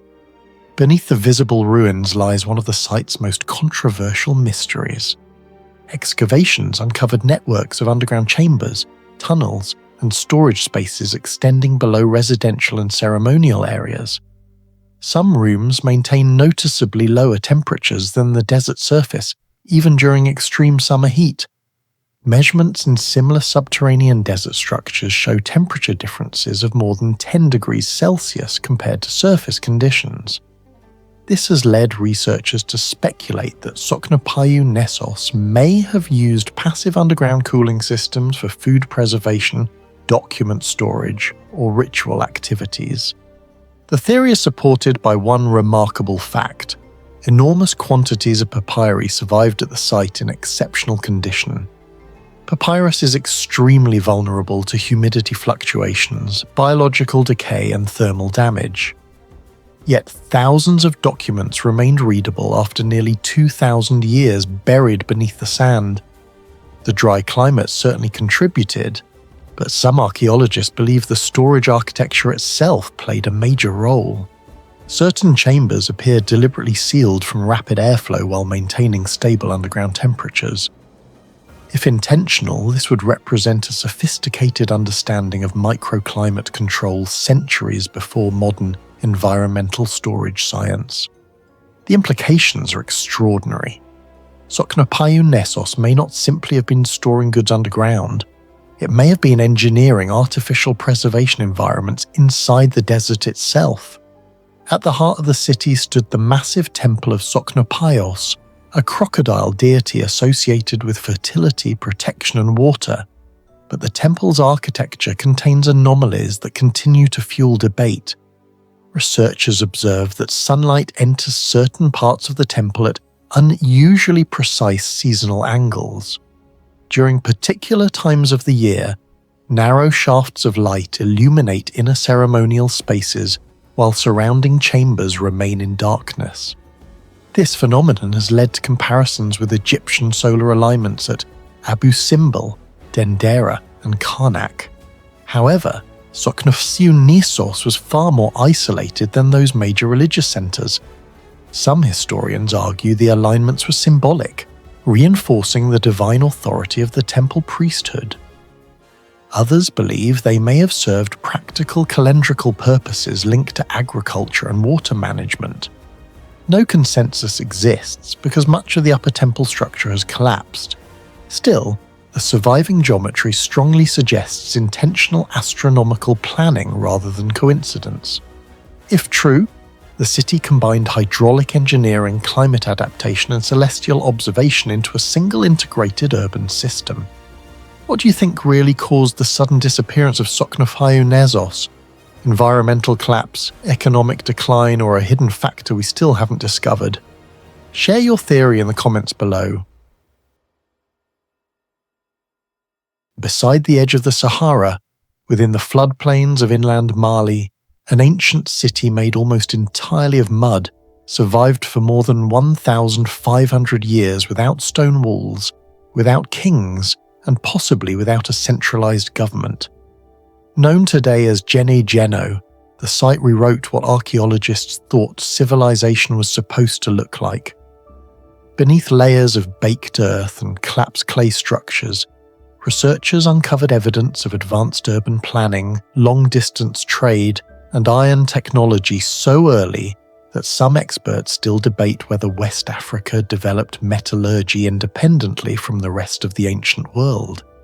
Although local communities had known about the mound for centuries, the first major archaeological excavations began in 1977 under American archaeologists Susan McIntosh and Roderick McIntosh. What initially looked like a series of ordinary earthen hills turned out to contain over 2,000 years of continuous occupation, buried beneath nearly 6 meters of archaeological deposits. Radiocarbon dating pushed the origins of the city back to around 250 BC, making Gene Geno one of the oldest known urban centers in sub-Saharan Africa. This was shocking because at the time, many historians still believed large African cities south of the Sahara only emerged after outside influence from North Africa or the Islamic world. Gene Geno destroyed that assumption almost immediately. The greatest mystery surrounding Gene Geno is not its architecture, it is iron. Archaeologists discovered iron tools, slag deposits, furnaces, and evidence of large-scale metalworking across the settlement. Some datings suggest iron production in the broader Niger River region may have begun as early as 800 BC or even earlier. This places West African metallurgy within the same broad technological horizon as parts of the Mediterranean and Near East. The problem is that historians still cannot fully explain how this technology appeared there. For decades, the dominant theory claimed iron smelting spread southward from Carthage, Egypt, or Nubia through trans-Saharan contact. But Gene Geno complicated everything. The dates were sometimes too early, the geographic gaps too large, and the evidence for direct technological transfer surprisingly weak. Some researchers began proposing something far more controversial: independent invention. If true, this would mean ancient West African societies discovered complex iron smelting on their own without copying Mediterranean civilizations. That possibility remains one of the most debated questions in African archaeology. And the technical challenges make the mystery even stranger. Iron smelting is not primitive technology. Producing workable iron requires temperatures above 1,150 degrees Celsius. Ancient furnaces needed controlled airflow, stable combustion, charcoal production, and precise management of oxygen levels. Too little air and the ore remains useless rock. Too much oxygen and the metal becomes brittle. At Gene Geno and nearby regions, evidence suggests ancient metallurgists achieved this without written engineering manuals, mechanical bellows systems comparable to later Eurasian designs, or massive timber resources. This is what confuses scientists. The inland Niger Delta is not an environment naturally suited for large-scale metallurgy. Wood supplies were limited compared to European forests. Seasonal flooding constantly altered the landscape. Temperatures could exceed 40 degrees Celsius during dry periods. Yet iron production continued for centuries. Some excavated furnace remains indicate surprisingly sophisticated airflow systems. Certain furnaces may have exploited natural wind currents in ways similar to later pre-industrial draft furnaces, while others appear strategically positioned according to seasonal wind direction. Modern experiments attempting to recreate ancient African furnaces have produced unexpected results. In several reconstructions, naturally ventilated furnaces reach temperatures high enough to smelt iron without mechanical bellows at all. Researchers realized ancient metallurgists may have understood thermal dynamics and airflow engineering at a level previously underestimated. In some ways, the achievement becomes even more impressive when compared to Europe. Large portions of northern Europe entered the Iron Age centuries later than parts of West Africa.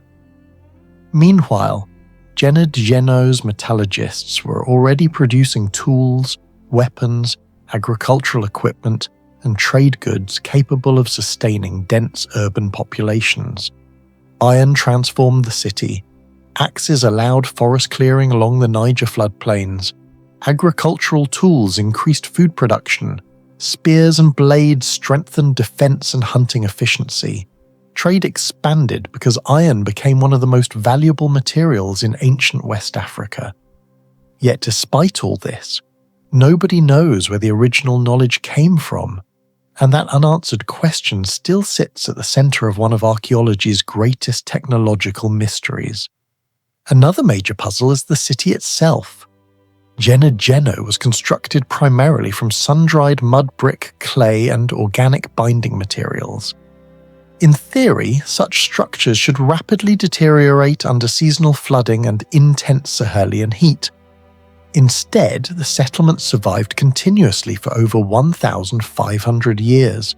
The city grew across roughly 33 hectares, surrounded by smaller satellite settlements connected through trade and specialization. Archaeologists uncovered layered construction phases stacked on top of one another like a massive earthen archive. The engineering principles were remarkably adaptive. Unlike Roman stone architecture that resisted nature through rigidity, Gennaro's structures seemed designed to flex with environmental stress. Mud walls absorbed moisture, expanded slightly, then contracted during dry seasons without catastrophic collapse. Some researchers compare the concept to modern climate-adaptive architecture. What remains unexplained is the exact material composition. Ancient builders mixed clay with rice husks, ash, straw, and organic additives in ratios still not fully understood. Even modern reconstructions often degrade faster than surviving ancient examples. Thermal performance adds another mystery. Thick earthen walls naturally regulated indoor temperatures, functioning almost like passive climate control systems. While outside temperatures could rise above 40 degrees Celsius, interior spaces remained dramatically cooler. Centuries before modern sustainable engineering, Gennaro may have mastered environmental architecture using almost nothing except Earth itself. Perhaps the most intellectually disturbing discovery at Gennaro is what archaeologists did not find. No royal palace, no giant temple complex, no massive tombs for rulers, and no monumental statues celebrating kings. For a city that may have held between 10,000 and 20,000 inhabitants at its peak, this is highly unusual. Ancient urban centers of comparable size, from Mesopotamia to Egypt, typically revolved around centralized political or religious authority. Gennaro appears different. Instead of a rigid hierarchy, archaeologists found clusters of specialized communities: metalworkers, potters, fishers, traders, and agricultural groups living in interconnected districts. Power may have been distributed across networks rather than concentrated in a ruling elite. This model challenges one of the oldest assumptions in archaeology, that civilization requires kings. Some scholars now describe Gennaro as an example of heterarchical urbanism, meaning social systems organized horizontally rather than vertically. In simple terms, the city may have functioned through cooperation instead of domination. If correct, then one of Africa's oldest cities developed a stable urban society without the authoritarian structures seen in many ancient empires. That idea remains deeply controversial. Artifacts discovered at Gennaro reveal connections extending thousands of kilometers across Africa. Archaeologists found copper from distant regions, glass beads likely linked to North African or Middle Eastern trade, semi-precious stones, and exotic ceramics. This inland city became a commercial hub connecting the Sahara, West African forests, and the Niger River system long before the rise of the Mali Empire. The logistics are astonishing. There were no paved Roman-style roads, no wheeled transport systems dominating commerce, and no large maritime fleets. Instead, trade depended on river navigation, seasonal flood cycles, caravans, and environmental knowledge refined over generations. The Niger River essentially became a moving highway. Some historians believe Geno-Geno's survival depended less on military power and more on information, understanding water levels, seasonal migration, flood timing, and ecological patterns better than surrounding populations. In that sense, knowledge itself may have been the city's greatest technology. So what do you think really caused the disappearance of Geno-Geno? Was it climate change, collapsing trade networks, or the loss of knowledge we still do not understand today? Share your thoughts in the comments below. Recifa rises from the barren plains of northern Syria, nearly 30 kilometers south of the Euphrates River. At first glance, the site appears impossible. Massive stone walls stand in an almost waterless desert where annual rainfall averages only 100 to 200 millimeters. Yet for centuries, Recifa supported a large permanent population, military garrisons, caravans, and waves of Christian pilgrims crossing one of the harshest landscapes in the Middle East. The ruins were known locally for centuries, but systematic archaeological work accelerated during the 20th century through German and Syrian excavations. What researchers uncovered was not merely a Byzantine religious city, but an enormous engineered survival system hidden beneath the desert itself. Unlike ancient cities such as Petra, which relied partly on mountain runoff, or Palmyra, which had access to oasis water, Recifa had no reliable natural source capable of sustaining urban life on this scale. That contradiction became the site's greatest mystery. The most shocking discovery at Recifa was its gigantic underground hydraulic network. Archaeologists uncovered enormous cisterns buried beneath the city, some deeper than 10 meters and lined with highly durable waterproof coatings. Estimates suggest the combined storage capacity may have exceeded hundreds of thousands of cubic meters of water. The engineering problem becomes terrifying when examined scientifically.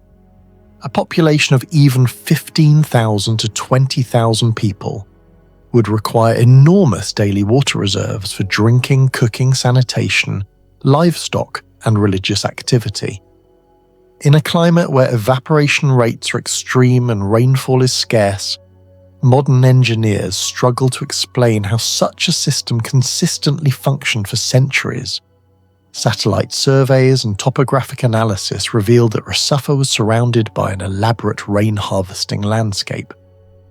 Long stone channels, carefully angled slopes, diversion walls, and runoff collectors redirected seasonal rainfall across kilometers of desert terrain directly into storage reservoirs. What makes this extraordinary is the precision involved. Many channels depended entirely on gravity and extremely subtle gradients. A slight construction error could have caused catastrophic water loss, yet the system appears to have functioned with remarkable efficiency. Some hydrologists compare the sophistication of Recifa's water control system to Nabatean engineering at Petra, but with one major difference. Petra exploited mountainous terrain. Recifa achieved similar water management efficiency on relatively flat desert plains, a far more difficult hydraulic challenge. Modern archaeological mapping suggests the people of Recifa did not simply build a city in the desert. They may have reshaped the desert itself. Researchers identified evidence of modified terrain extending far beyond the city walls. Natural slopes appear to have been artificially adjusted to redirect runoff during rare storms. Stone embankments and shallow guiding trenches forced water to travel towards collection points with surprising accuracy. This transforms Recifa from a normal settlement into something closer to a giant environmental machine. Comparisons have been made with Roman hydraulic systems in North Africa, particularly near Leptis Magna, where runoff farming supported agriculture in semi-arid regions. But Rasafa's system appears unusually concentrated and urban-focused, designed not merely to irrigate crops but to sustain dense human habitation in a nearly hostile environment. Some experts believe the city could not have survived without a level of hydrological planning far beyond what historians traditionally associate with Byzantine frontier settlements. One of the greatest unsolved mysteries involves the material used inside many of the cisterns and channels. The waterproof layers remain astonishingly durable despite over 1,300 years of exposure to salt crystallization, desert heat, and structural stress. Several sections continue to repel water even today. Researchers suspect the builders developed specialized mortar formulas adapted specifically for arid environments. Some compare the material to Roman pozzolanic concrete, famous for its volcanic ash mixture and resistance to seawater. However, Syria lacks the same volcanic resources commonly used in Italian Roman concrete. This raises difficult questions. Did engineers at Rasafa create a regional formula using local minerals? Were lost chemical techniques involved? Or was the durability achieved through construction methods still poorly understood today? Microscopic analysis of some coatings suggests complex layered applications rather than simple plastering. Certain layers may have minimized evaporation while simultaneously preventing mineral salt penetration, an extremely advanced challenge in desert water engineering. Rasafa also demonstrates remarkable passive cooling technology. Many buildings were constructed with unusually thick limestone walls, narrow corridors, internal courtyards, and interconnected underground chambers. Thermal simulations conducted on similar Byzantine desert architecture suggest internal temperatures could remain more than 10 degrees Celsius cooler than the outside environment during peak summer heat. The arrangement resembles later Middle Eastern passive cooling systems such as Persian wind catchers and subterranean Carnot-cooled structures. Yet Rasafa predates many of these later large-scale implementations. Some underground chambers remain especially mysterious because their shapes do not fully match storage facilities or religious rooms. Certain archaeologists speculate they may have functioned partly as thermal regulators for water preservation. If correct, this would mean Rasafa integrated hydraulic engineering and climate engineering together into a unified urban survival system centuries before modern environmental design principles emerged. The city's massive defensive walls remain another engineering puzzle. Stretching nearly rectangular around the city with numerous towers, the fortifications endured earthquakes, invasions, severe thermal expansion cycles, and centuries of abandonment. Many sections still stand at impressive heights despite the brutal desert environment. The stones were fitted with remarkable precision. Structural analysis suggests weight distribution was carefully calculated to reduce stress fractures caused by rapid temperature swings between day and night. This is important because desert environments are particularly destructive to masonry. Thermal shock repeatedly expands and contracts stone, slowly weakening ancient structures over centuries. Yet parts of Rasafa survived far better than many later medieval fortifications built in less hostile climates. Some engineers believe the builders intentionally incorporated flexible mortar layers and stress distribution techniques, resembling principles seen in Roman seismic architecture elsewhere in the empire. During the Byzantine era, Rasafa became one of the most important pilgrimage centers in the Eastern Christian world due to the cult of Saint Sergius. Historical accounts describe enormous numbers of travelers arriving across the desert. This creates another logistical mystery. Temporary population surges would have multiplied water demand dramatically, especially during religious festivals. Yet archaeologists have found surprisingly limited evidence for the massive supply infrastructure such crowds should have required. Some researchers suspect vast portions of the hydraulic system remain buried beneath sand outside the currently excavated areas. ground-penetrating surveys hint at additional subterranean chambers and channels still hidden below the desert surface. If those structures exist, the true scale of Rasafa's infrastructure may be far larger than what is visible today. Modern satellite imagery revealed faint geometric traces extending kilometers beyond the city. Some appear to align with ancient runoff systems or forgotten agricultural zones. Remote sensing technology has identified buried linear features invisible from ground level, suggesting entire sections of the surrounding hydraulic landscape disappeared beneath shifting desert sediments. This has led to theories that Rasafa was not an isolated city, but the center of a much larger engineered environmental network controlling water movement across a broad section of the Syrian desert. Such ideas remain controversial, but every new survey seems to deepen the mystery rather than solve it. Do you think Rasafa's survival was simply the result of brilliant engineering, or could this desert city have used knowledge that was far ahead of its time? Share your thoughts in the comments below.